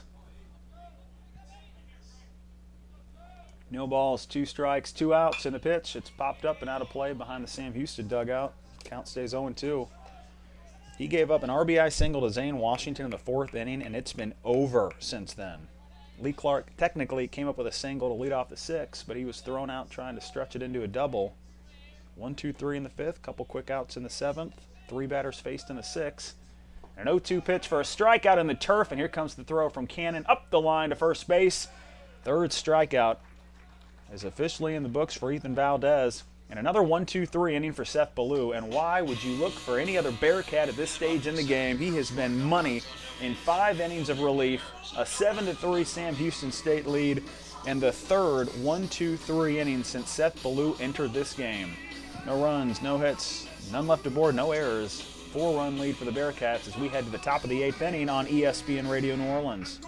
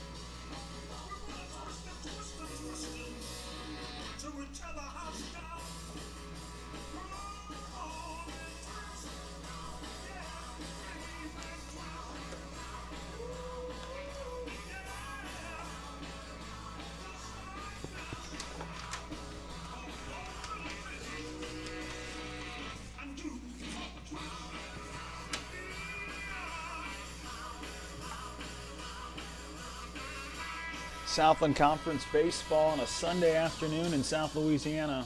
Sam Houston State, a 7-3 lead. We're in the top of the 8th inning. Chase Cryer, second baseman. 4th plate appearance for the number 9 hitter for Sam Houston State, and this will be the 3rd pitcher that he gets to see. He was hit by a pitch in the 2nd inning against Caden Hatcher. Lined out to center field against Hatcher in the 4th. Line out to Lee Clark in left field in the 6th inning against Austin Bollinger, and I'm sure Chase is still stewing about that line drive in the 6th. That had base hit written all over it before the dive and grab by Lee Clark. Christian Bollinger, his first pitch of the 8th inning, strike 1. Sam Houston State gave up 3 runs to the Colonels in the 3rd and 4th inning, but they have responded as they usually do with a run in the 5th, a run in the 7th, 4-run lead in the 8th inning. The 0-1 pitch from Bollinger. He snaps the slider in the turf for ball 1. We're still waiting to find out what Matt Deggs is going to do with Game 3. He has yet to announce his starter. Colonels are expected to turn to Jake Badavian. 1-1 count for Christian Bollinger. He just came in the 7th. And his fastball line to 3rd. Great glove work by Brady Bell. His throw across the diamond is there for the out. And Christian Bollinger immediately points at Brady Bell and says, "Thank you." Brady Bell, only a couple errors on the season, and you knew that he was going to swing the bat at a high level in his first year with this program, but the defense was kind of an unknown, as it always is with those hot corner positions. Use your body. And Brady Bell just put himself in position and knock that ball down and take care of Chase Cryer. One down. And Sam Houston State will send Darian Sims to the plate. Jackson Grisham, he got the start in left field. He hit the grand slam in the second inning. 4-run lead. Turn to some of your defensive specialists and world-class athletes. Try to lock up this win. And the first pitch to Sims, it misses down and in for ball one.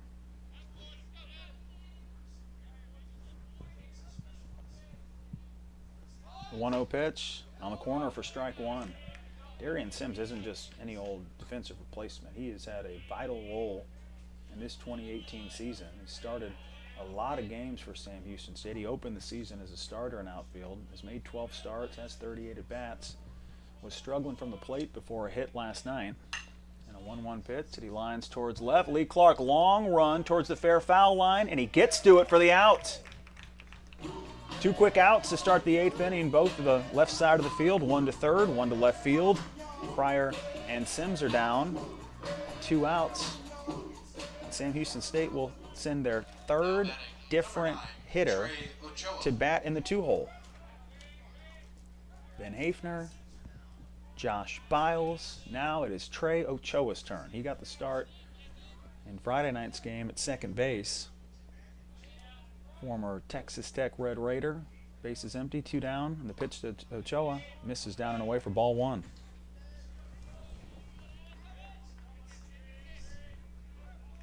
Sam Houston State, if you include Mac Odom and Jacob Finke, Cross Austin, Riley McKnight, even Gavin Johnson, they have 16 players, 17, that have all put together at least 14 at-bats on the season, that have all contributed to what is a 22-7 team, a 10-0 Southland Conference squad. Everybody gets at-bats and they all produce. 2-0 pitch, it's knee-high for strike one. Now Austin and McKnight have had their struggles, and it's been an up-and-down year for Mac Odom. But they all play such important roles, especially late in these Sam Houston State games where the Bearcats are leading. 2 balls, 1 strike, 2 away. And the pitch is lined towards the Sam Houston dugout. It's foul and rolls its way back onto the field.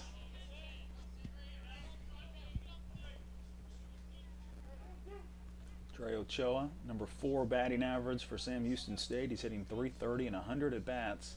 A couple triples, no home runs, 15 RBIs. 2 balls, 2 strikes, 2 away in the 8th. Colonel's looking for a 1-2-3 inning.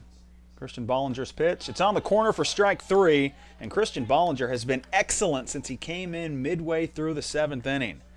And it took until the 8th inning, but the Colonels have their second 1-2-3 inning of the day. Colonels trail by 4, but the pitching has been excellent since that grand slam was given up in the second to Jackson Grisham. No runs, no hits, nobody left aboard, no errors. Sam Houston State 7, Nicholls 3. We'll see you in the bottom of the 8th inning on ESPN Radio New Orleans.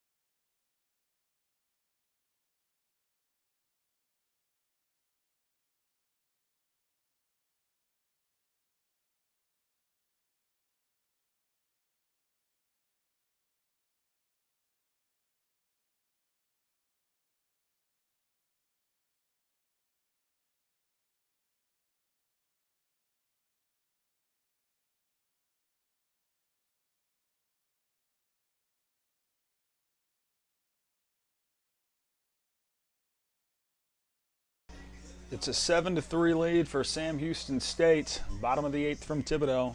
Joey Morales, Kyle Noth, and Gage Tier will try to get this offense going for Nicholls. Morales was penciled in the 2-hole today. He's 0 for 2 at a ground out to second, ground out to first base, and a walk in the 3rd inning. Joey has been the iPod shuffle player for this Colonel lineup all season. He hit leadoff a couple times at Arizona last week. He started the weekend batting in the 7-hole. 7, 8, 9. Now here he is batting second. Had 2 singles in the first game of this series. Looking for his first hit today, and he'll show bunt. He rests it up the third base line. Tough play for Frige. Bare hands and throws it late. Infield single on a great bunt by Joey Morales. Frige, you can't make a great play on every single ball hitting your direction. Had the little Willie Mays over the shoulder grab deep in the bullpen area in the previous inning, and we're still trying to figure out how he saw the ball. We were trying to track it down. He never turned. He just kept running towards the bullpen area, and then all of a sudden the ball just plops in over his shoulder and lands in his glove. Skill, luck, who cares? It was a great grab. But the Colonels get their leadoff man on in the 8th. Kyle Noth, he'll take a pitch from Ballou. It's on the corner for strike 1. Seth Ballou, career high 8 strikeouts in 5 1/3 innings against the Colonels last year. And since he entered in the 3rd inning in Game 2, he has been in lockdown mode. He'll come back inside and get a strike call against Kyle Noth. Quickly ahead 0-2. 5 innings. 3 hits, 2 walks, 5 strikeouts, no earned runs. Runner on for the Colonels. 7-3, Sam Houston State lead.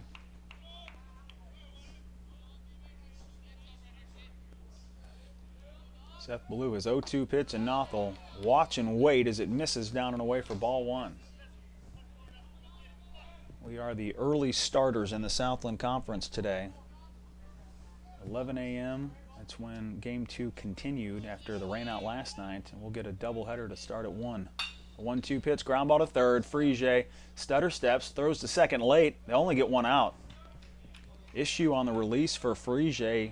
Shuffled his feet around and had to wait to get the ball out of his glove. Still gets the lead out. Morales heads back to the dugout, and Noth will occupy first base. 1 down for Gage Tier.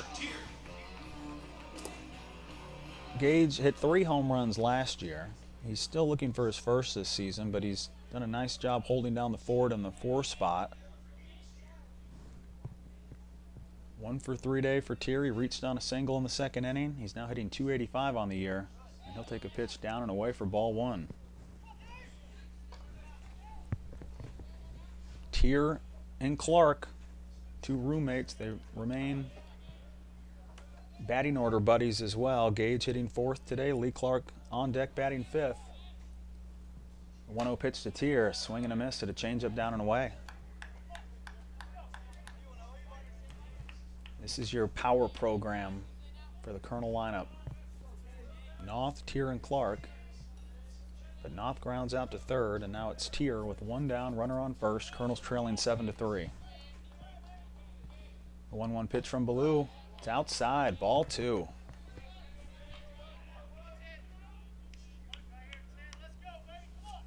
Gage Tier approaching 100 starts in his 2 seasons with the Colonels. He should hit that number by the time the 2018 regular season is concluded. 9 in and 9 out. He has been either your 4 or 5 hitter. Gage Tier, an opportunity to get the Colonels back in this game. 2-1 pitch, fastball for strike 2, and you can tell Tier is ticked. He knew it was a pretty good pitch, but this is why Seth Ballou has been excellent today. He just mixes up his speeds. Hits you with a couple changeups to start the at-bat, and then roars back to life with a fastball. Even though it's a fastball count at 2-1, it still catches you off guard. 2-2 pitch, Tier fouls it behind home plate. Count remains even at 2-2. Gage has been great in these midweek SEC games. Went 2 for 4 against Mississippi State, went 2 for 3 against LSU.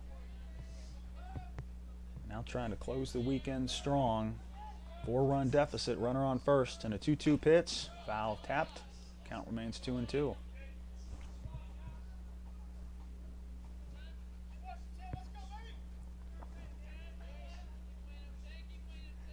Sam Houston State, they put 5 runs on you in the second inning, and then they just play their own small ball style to pick up a couple extra runs, 4-run cushion, 2 balls, 2 strikes. And the pitch to Tier, he goes opposite field, but it curves foul, and it clears the Sam Houston State bullpen. Plenty of power on that swing. 330 into left field, 330 into right. But with some renovations made in the offseason, right field is an attractive area to hit towards for these righties and lefties. The 2-2 pitch, strike 3, change up inside, and Tier can't turn on it. He Ks for strikeout number 5 for Ballou. And now there's 2 down in the 8th inning. Lee Clark, it's up to him. Clark smacked a single into right field in his last at bat, but he was encouraged to try and turn that single into a double. He was thrown out in the process. Pitch to Lee Clark. Change up on the corner for strike 1, and it's Seth Ballou at its finest right now. Get ahead in the count and then just pick your poison at this stage in the game. No balls, 1 strike. Pitch to Clark, fastball on the corner, strike 2, a little high, but it's still called a strike, and now Lee Clark is in an 0-2 hole. Sims in left field, Harp in center, McKnight now in right field for Sam Houston State. No balls, 2 strikes, 2 away. And the pitch from Ballou, taken on the corner, but off the plate for ball 1.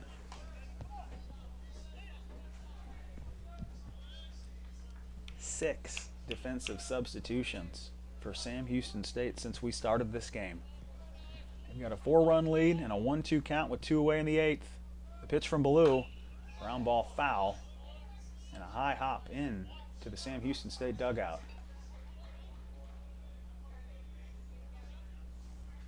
Sam Houston busting out the road black uniforms for this Sunday finale.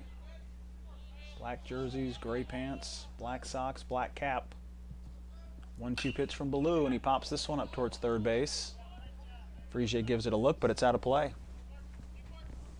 Credit to all Bearcat and Colonel fans who showed up at 10:45, 11 o'clock for Game 2, and now before Game 3 gets started, bundled up with blankets and comfort food.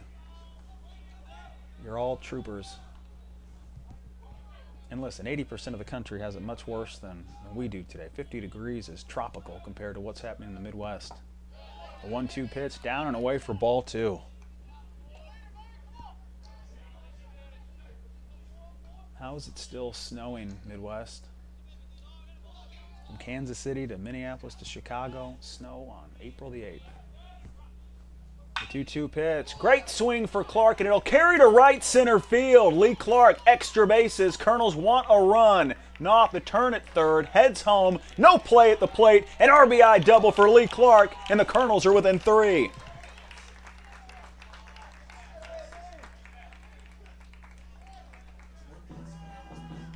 Lee Clark, team high, 26 RBIs. Keep pushing. Keep promoting your product. And keep scoring. And hey, it took until the 8th inning to get a full earned run against Seth Ballou. 3-run game. Tying run is on deck, and Chet Niehaus will get his 4th plate appearance of the afternoon. Seth Ballou will stay in, and the Colonels have their number 6 hitter with a runner in scoring position and 2 outs. And the pitch to Niehaus, a swinging strike, 0-1. Chet Niehaus drew a walk in the 4th inning. He scored a run, had a ground out to second base in the 6th inning. No balls, 1 strike, 2 away. 5-run lead for Sam Houston State in the 2nd inning. It's down to 3 in the 8th. Seth Ballou steps and sets, pitches, and strike 2 with the slider at the knees. And just when you start to create some confidence against this kid, Chet Niehaus immediately has an 0-2 count to work with. Niehaus studying his bat, regaining the grip, touches the outer edge and the inner edge of home plate. Winds up the bat, settles in. And here's the 0-2 pitch. He takes it on the corner. It's low, ball one. You work so hard against Sam Houston State just to get back in the game against this team. 3-run game, 2 strikes, 2 outs. Tying run is on deck. Your senior from Hammond, Louisiana. Career 300 hitter, Chet Niehaus. Chance to keep this inning alive. A 1-2 pitch, Niehaus fouls it off. Sam Houston State in no hurry to pull Blue. Gave up an unearned run in the 4th inning. First earned run of the game allowed here in the 8th. They can set up their closer, Dakota Mills, and be in position to get a save in the 9th. Colonel's hoping to tighten the game up. The 1-2 pitch to Niehaus, ground ball to third. Frege even with the bag, looks back to second, throws to first, and ends the inning. A 5-3 putout, and Sam Houston State will carry a 3-run lead into the 9th. Colonels produce 1 run on 2 hits. They strand a runner. No errors for Sam Houston State, and a 7-4 Bearcat lead. To the top of the 9th we go on ESPN Radio New Orleans.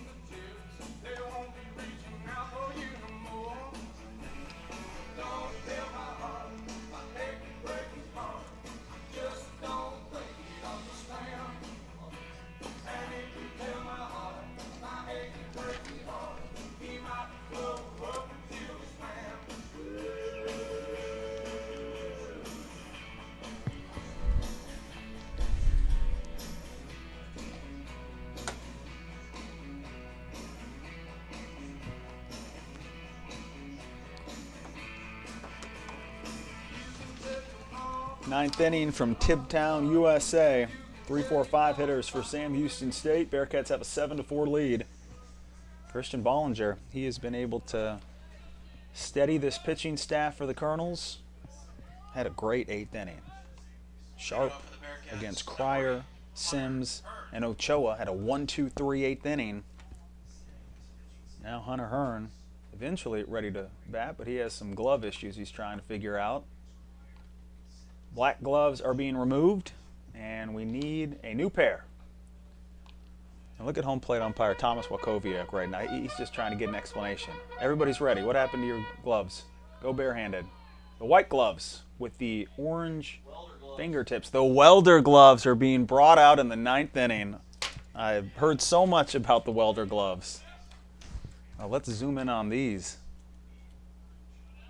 Forget the batting gloves. Your blue collar, you want to walk the walk, you want to talk the talk. It's welder glove time, and I think this is going to be the presence of the 9th inning for Sam Houston State. It looks like Blake Chisholm has busted out his welder gloves as well.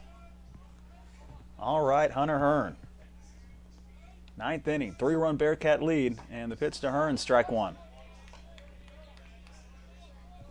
Hunter Hearn, 4 plate appearances, 2 walks, 2 singles. 9th inning, make a statement, lead off, and bring out the welder gloves with a 3-run Bearcat lead. The 0-1, fouled behind home plate, it's 0-2. Everybody wants to be blue collar. Some teams, they'll take it next level on you. Almost all of the Bearcat off-season pictures, it felt like on their Twitter page, everybody was going duck hunting, everybody was off-roading, everybody was showing off their trucks. 0-2 pitch and a foul ball on the right field line, 0-2. It's just perfect. It's perfect for a team out of Huntsville, Texas that embodies the spirit of Northeast Texas. And it feels like all of these guys have cowboy caps on in their Twitter profile pics, and you can hear the country music playlist. 3-run lead for the Bearcats in the 9th inning, and an 0-2 pitch that misses down and away to Hunter Hearn.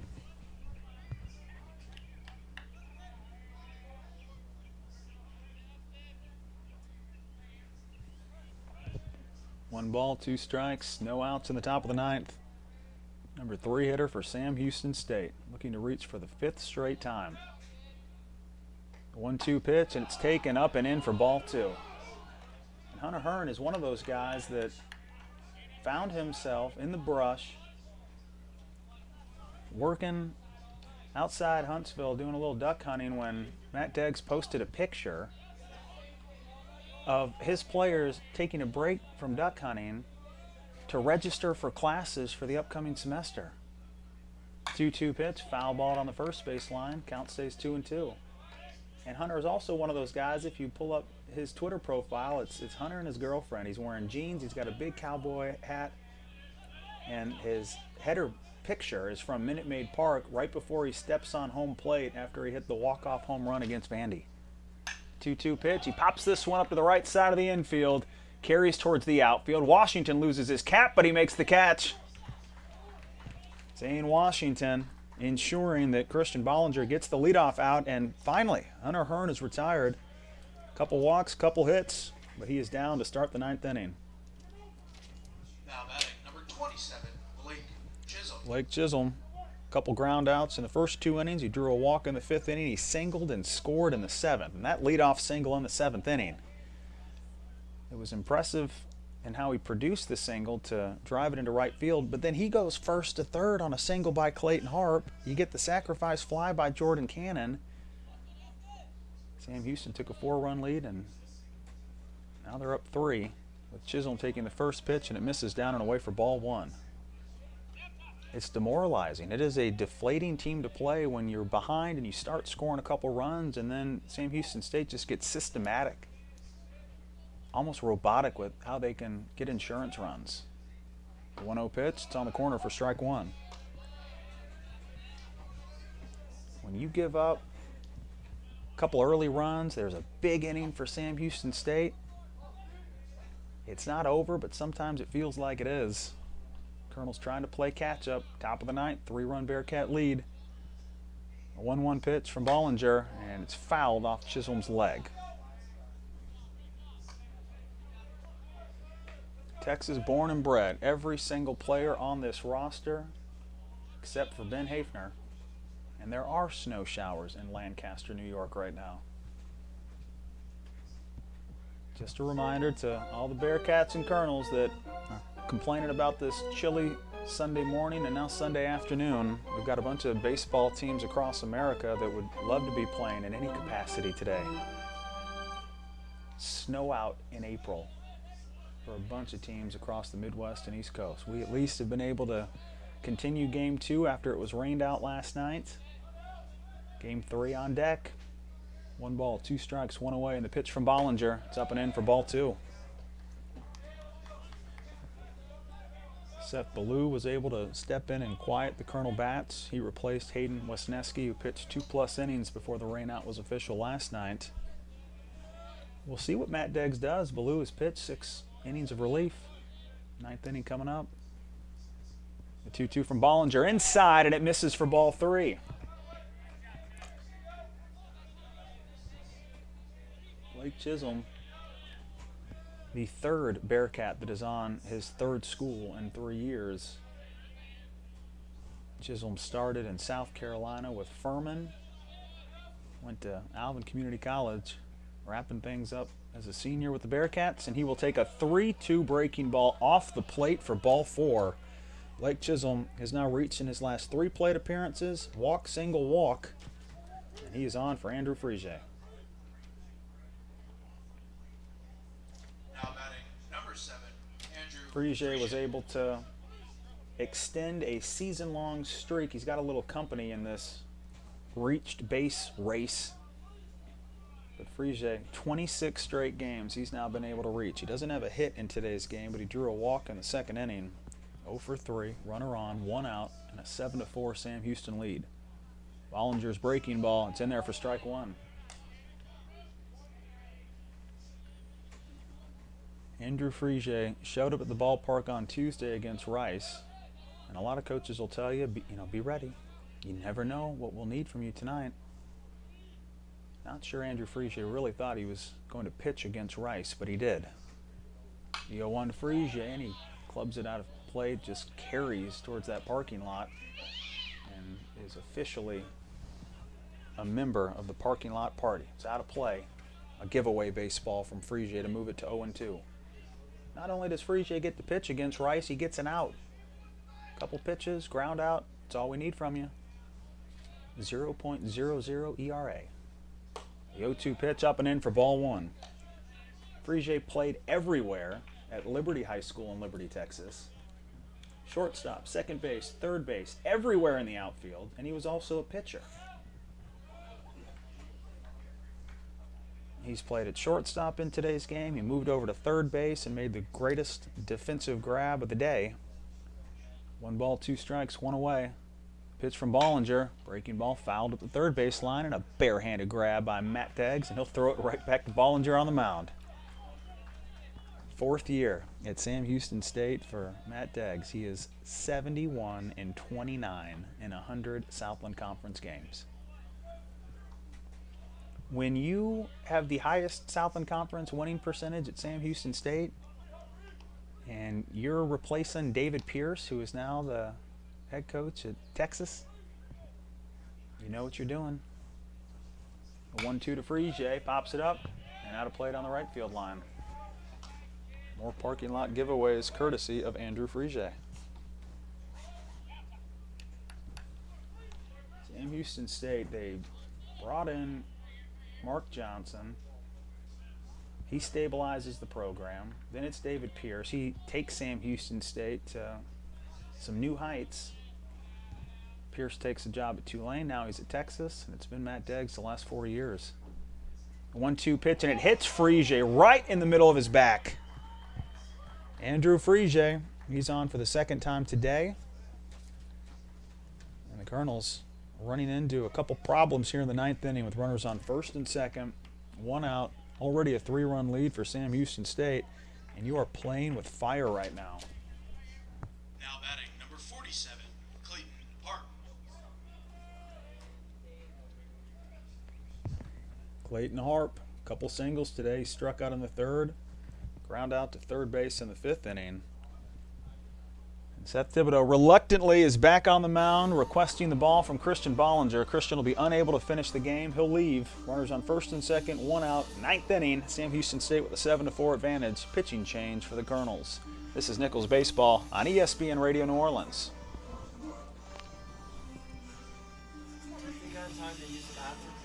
After this game, we're almost done. We're almost done.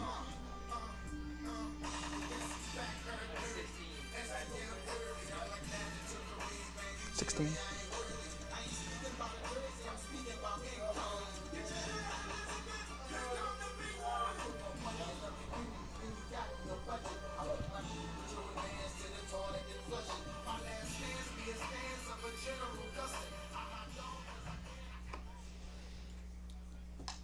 Now pitching for the Colonels, number 16, Zach Otan.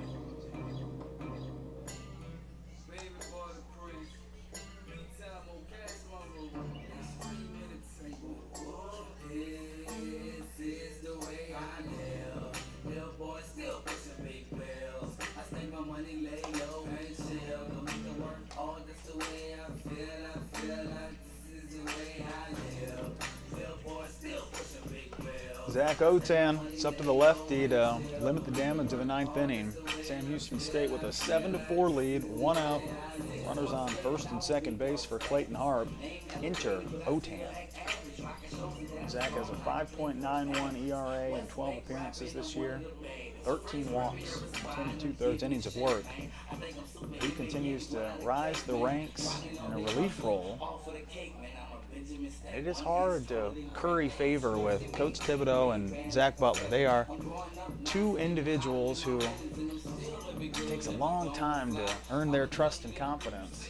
But Zach Otan, he has seen his responsibility intensify and increase over the last few weeks.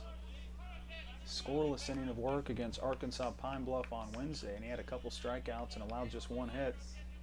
He came in to Wednesday's matchup having some major walk issues his previous 3 appearances. Clayton Harp, 2 for 4 today. With the infield in, the pitch from Otan, and it gets away from him. Up and in for ball one. 7 walks in the previous 3 and a third innings against HBU, Mississippi State, and Arizona. Didn't allow a walk in an inning against LSU, and then had that scoreless inning against Pine Bluff. 1-0 pitch. Harp shows bunt, pulls it back, and takes the pitch for a strike. We had a pinch runner. I didn't see it. We had a pinch runner on the Blake Chisholm led off the inning with a walk, but Eric Bonnert has replaced him at second, pinch runner for Sam Houston State as the freshman center fielder. 1-1 pitch from Alton. It's down and away for ball 2. Zach Odan falling behind the first hitter that he gets to see in this 9th inning. Jordan Cannon is on deck, and he has tormented Nicholls all morning, all afternoon. 3 RBIs for Cannon. Already a 3-run lead for Sam Houston with a 2-1 pitch grounded to first. It stays fair. Picked up by Thierry. Hustles to the bag and won't get there. An infield single. Clayton Harp, all speed. Bases loaded for Jordan Cannon. Tough read for Tier. And Otan didn't respond on the mound. And Clayton Harp knew exactly what he had in store. He knew that ball was going to stay fair, and once Tier had to turn, no chance to get to the bag in time. Bases loaded for Jordan Cannon. He's now 3rd on the team in RBIs with these 3 ribbies today. He's up to 23 on the year. Pitch to Cannon, fouls it back, 0-1.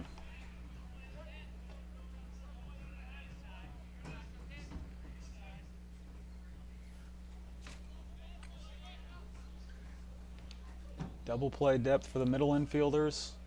Brady Bell off at third, Tier playing behind Harp at first base. Only 10 double plays in the entire season for Sam Houston State. 1 down, 3-run Bearcat lead in the 9th. The 0-1 pitch, it's off the plate for ball 1.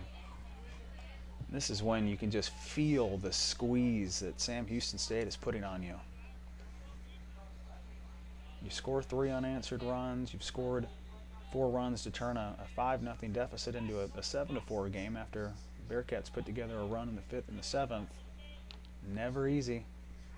Now some movement at second. Here comes a suicide squeeze. Swing and a miss, and the Colonels might get a double play out of it. Tag at third, 1 more, and Kyle Knopf, how about that? Just misses the double play as Sam Houston State. They'll string out their runner between home and third. Everybody else advances, but Blake Chisholm, no chance, as the suicide squeeze is a faulty one. And it looked like Sam Houston State was ready to dance in between second and third, but credit Andrew Frigier and Clayton Harp. They knew better. Frigier moves up to third. Harp held it down at second, and no chance for Blake Chisholm to get home. Bases loaded, 1 out, your 7-hitter, your catcher's at the plate, and Matt Deggs calls for the suicide squeeze. Otan now ahead in the count at 1-2. 2 away, 3-run Sam Houston State lead. Zach Otan, his pitch, taken for strike 3, and how about that pitching performance, Zach Otan? Bases loaded, 1 out, no problem. Kyle Knopf encourages the rundown. You get the tag at third, and then a strikeout against Jordan Cannon. Sam Houston State, no runs, 1 hit, 2 left aboard, no errors. 7-4, Bearcats lead it, and we are ready for the bottom of the 9th inning on ESPN Radio New Orleans.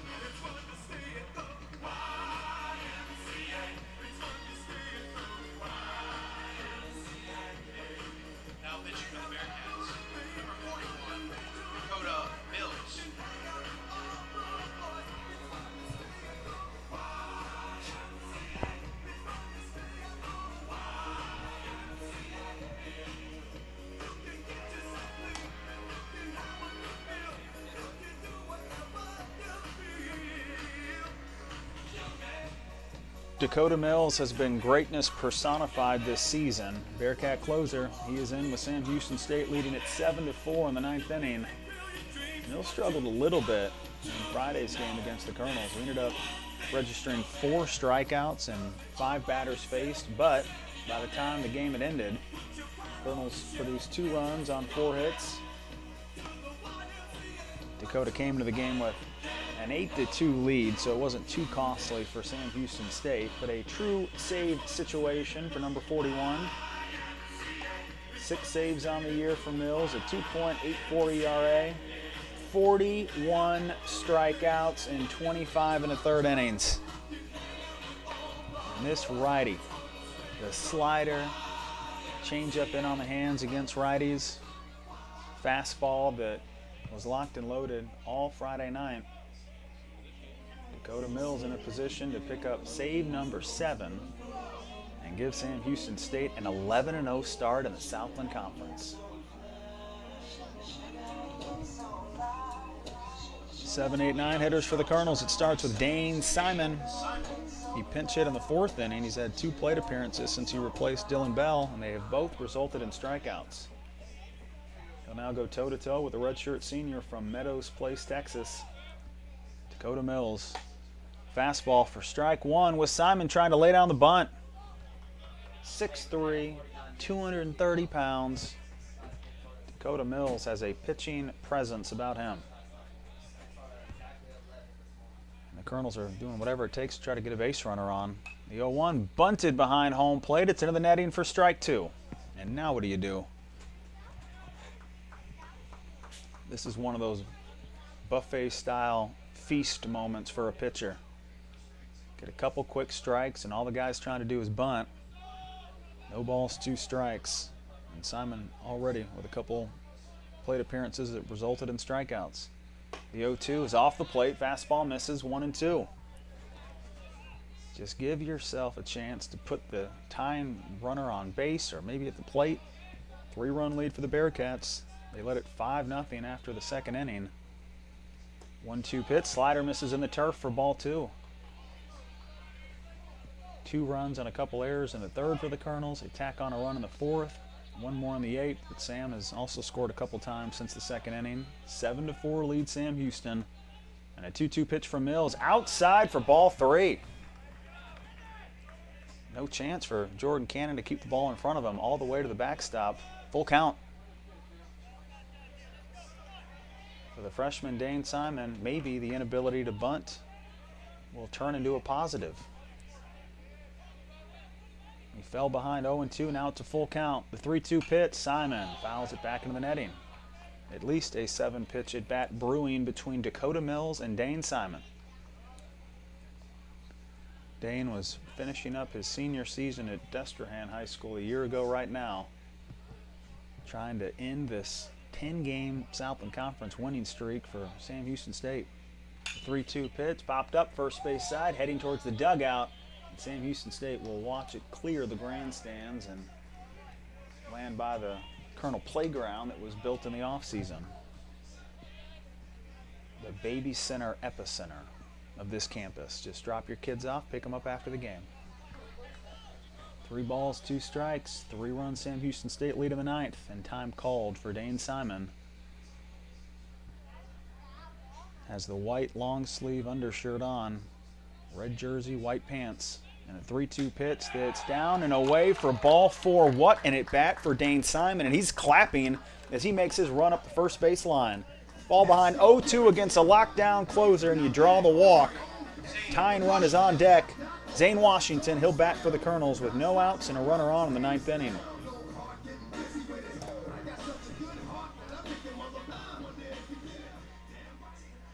Zane Washington, the X-Man, reached on an error in the 3rd inning. RBI single in the 4th. A line out to center field in the 7th. With a runner aboard, the pitch to Washington, low and inside for ball 1.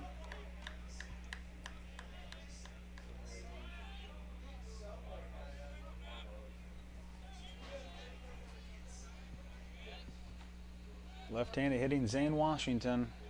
The 1-0 pitch, and it eats him up and hits the bottom of the bat for an accidental strike.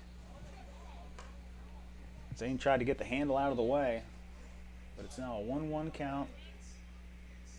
Sam Houston State's defensive substitutions playing such a prominent role at this stage in the game. And now a quick conversation on the mound with Sam Houston State pausing in the 9th inning to reassess what Dakota Mills and his goals are all about. 1-1 count, 7-4 Sam Houston. Just a reminder, since we've had 6 changes made for Sam Houston State, their defense now consists of Darian Sims in left field, Mac Odom is in right field, Clayton Harp is in center field, Jordan Cannon is still catching, Hunter Hearn is at first base, Trey Ochoa is at shortstop, Riley McKnight is moved from right field to second base. Play on, 1-1 count. Zane Washington, the pitch to him, on the corner for strike 2, and that is a good-looking pitch by Dakota Mills. Belt high, but it was hovering in a off the plate, down and away range until it bit back up for the strike 2 call. Now the 1-2 pitch to Washington, fly ball into left center field. Clayton Hart, plenty of time to take care of the second and most important grab of his day. First out of the 9th inning. Couple catches in center field, but this one takes care of Washington and ensures that Sam Houston State can creep a little bit closer to their 11th straight Southland Conference win. 1 away for Brady Bell. Hold up, says Seth Thibodaux. Surprise, surprise. Brady Bell leaves the on-deck circle. He's called back in favor of Nathan Tribble, and this is why pinch hitting matters. Nathan Tribble in an 8-2 game on Friday night. He came in and bashed a double off of Dakota Mills. First career double for the freshman, only the 3rd hit of his career. Look at Nathan Tribble in a meaningful moment. Stand in the 9th inning, 7-4 Sam Houston State. Brady Bell hitting .320, but it's Nathan Tribble. And the pitch to him, swing and a miss on a fastball up and away.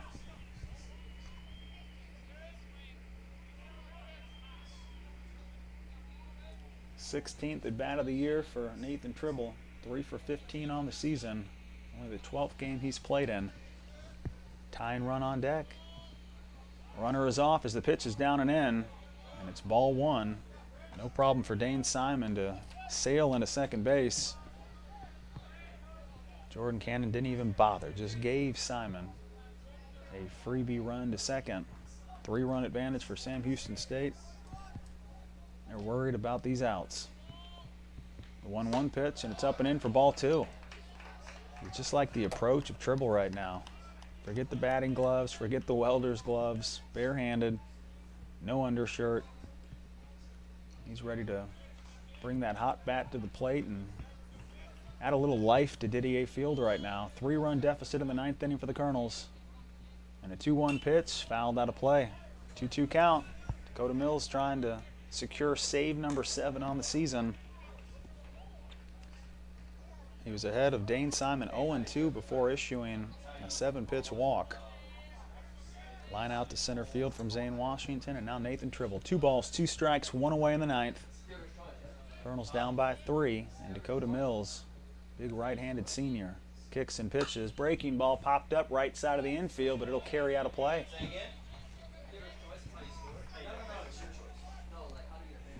Regardless of the result of this at-bat, you just love to see this approach from your pinch hitters. Do not concede defeat. Keep battling. See a bunch of pitches. Stress out this closer, this senior closer who has dominated against so many teams this season. Gaudy strikeout numbers for Dakota Mills. His 2-2 pitch, across for strike 3. Frozen at the plate is Nathan Tribble. 2 down in the 9th.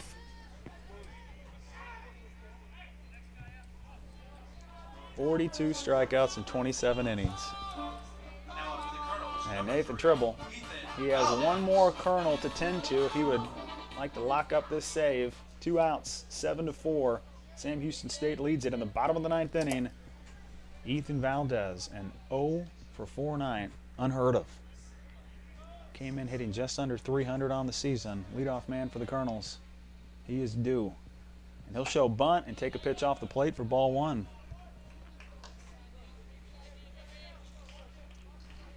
Valdez made a couple tweaks to his stance in the offseason, and you can really see it at this stage in the game. He's opened up his left leg a little bit. More room to drive these inside pitches. The 1-0, turn to right center field. Odom going back to the track, won't get to it. Extra bases for EV3, and the 5th run of the game is in on an RBI double by Ethan Valdez.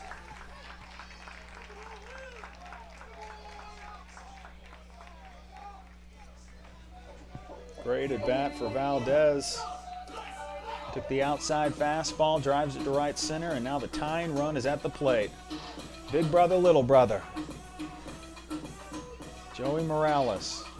He and Ethan Valdez may not be of the same blood, but they are almost twin brothers at this stage in their careers. Where one goes, the other can be found. Morales representing the tying run and can start off a 2-out scoring scenario by bringing home Ethan Valdez. 1 for 3 day for Morales, has a walk and a single. First pitch to Joey Morales on the corner for strike 1.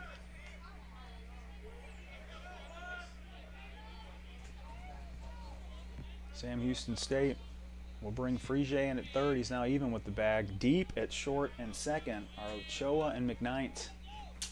No balls, 1 strike, 2 away in the 9th. Pitch to Morales. Fouled behind the Colonel dugout, and Dakota Mills has an 0-2 count against Joey Morales. Already 1 strikeout in the inning for Mills. He's K'd 5 Colonels in 3 2/3 innings this weekend.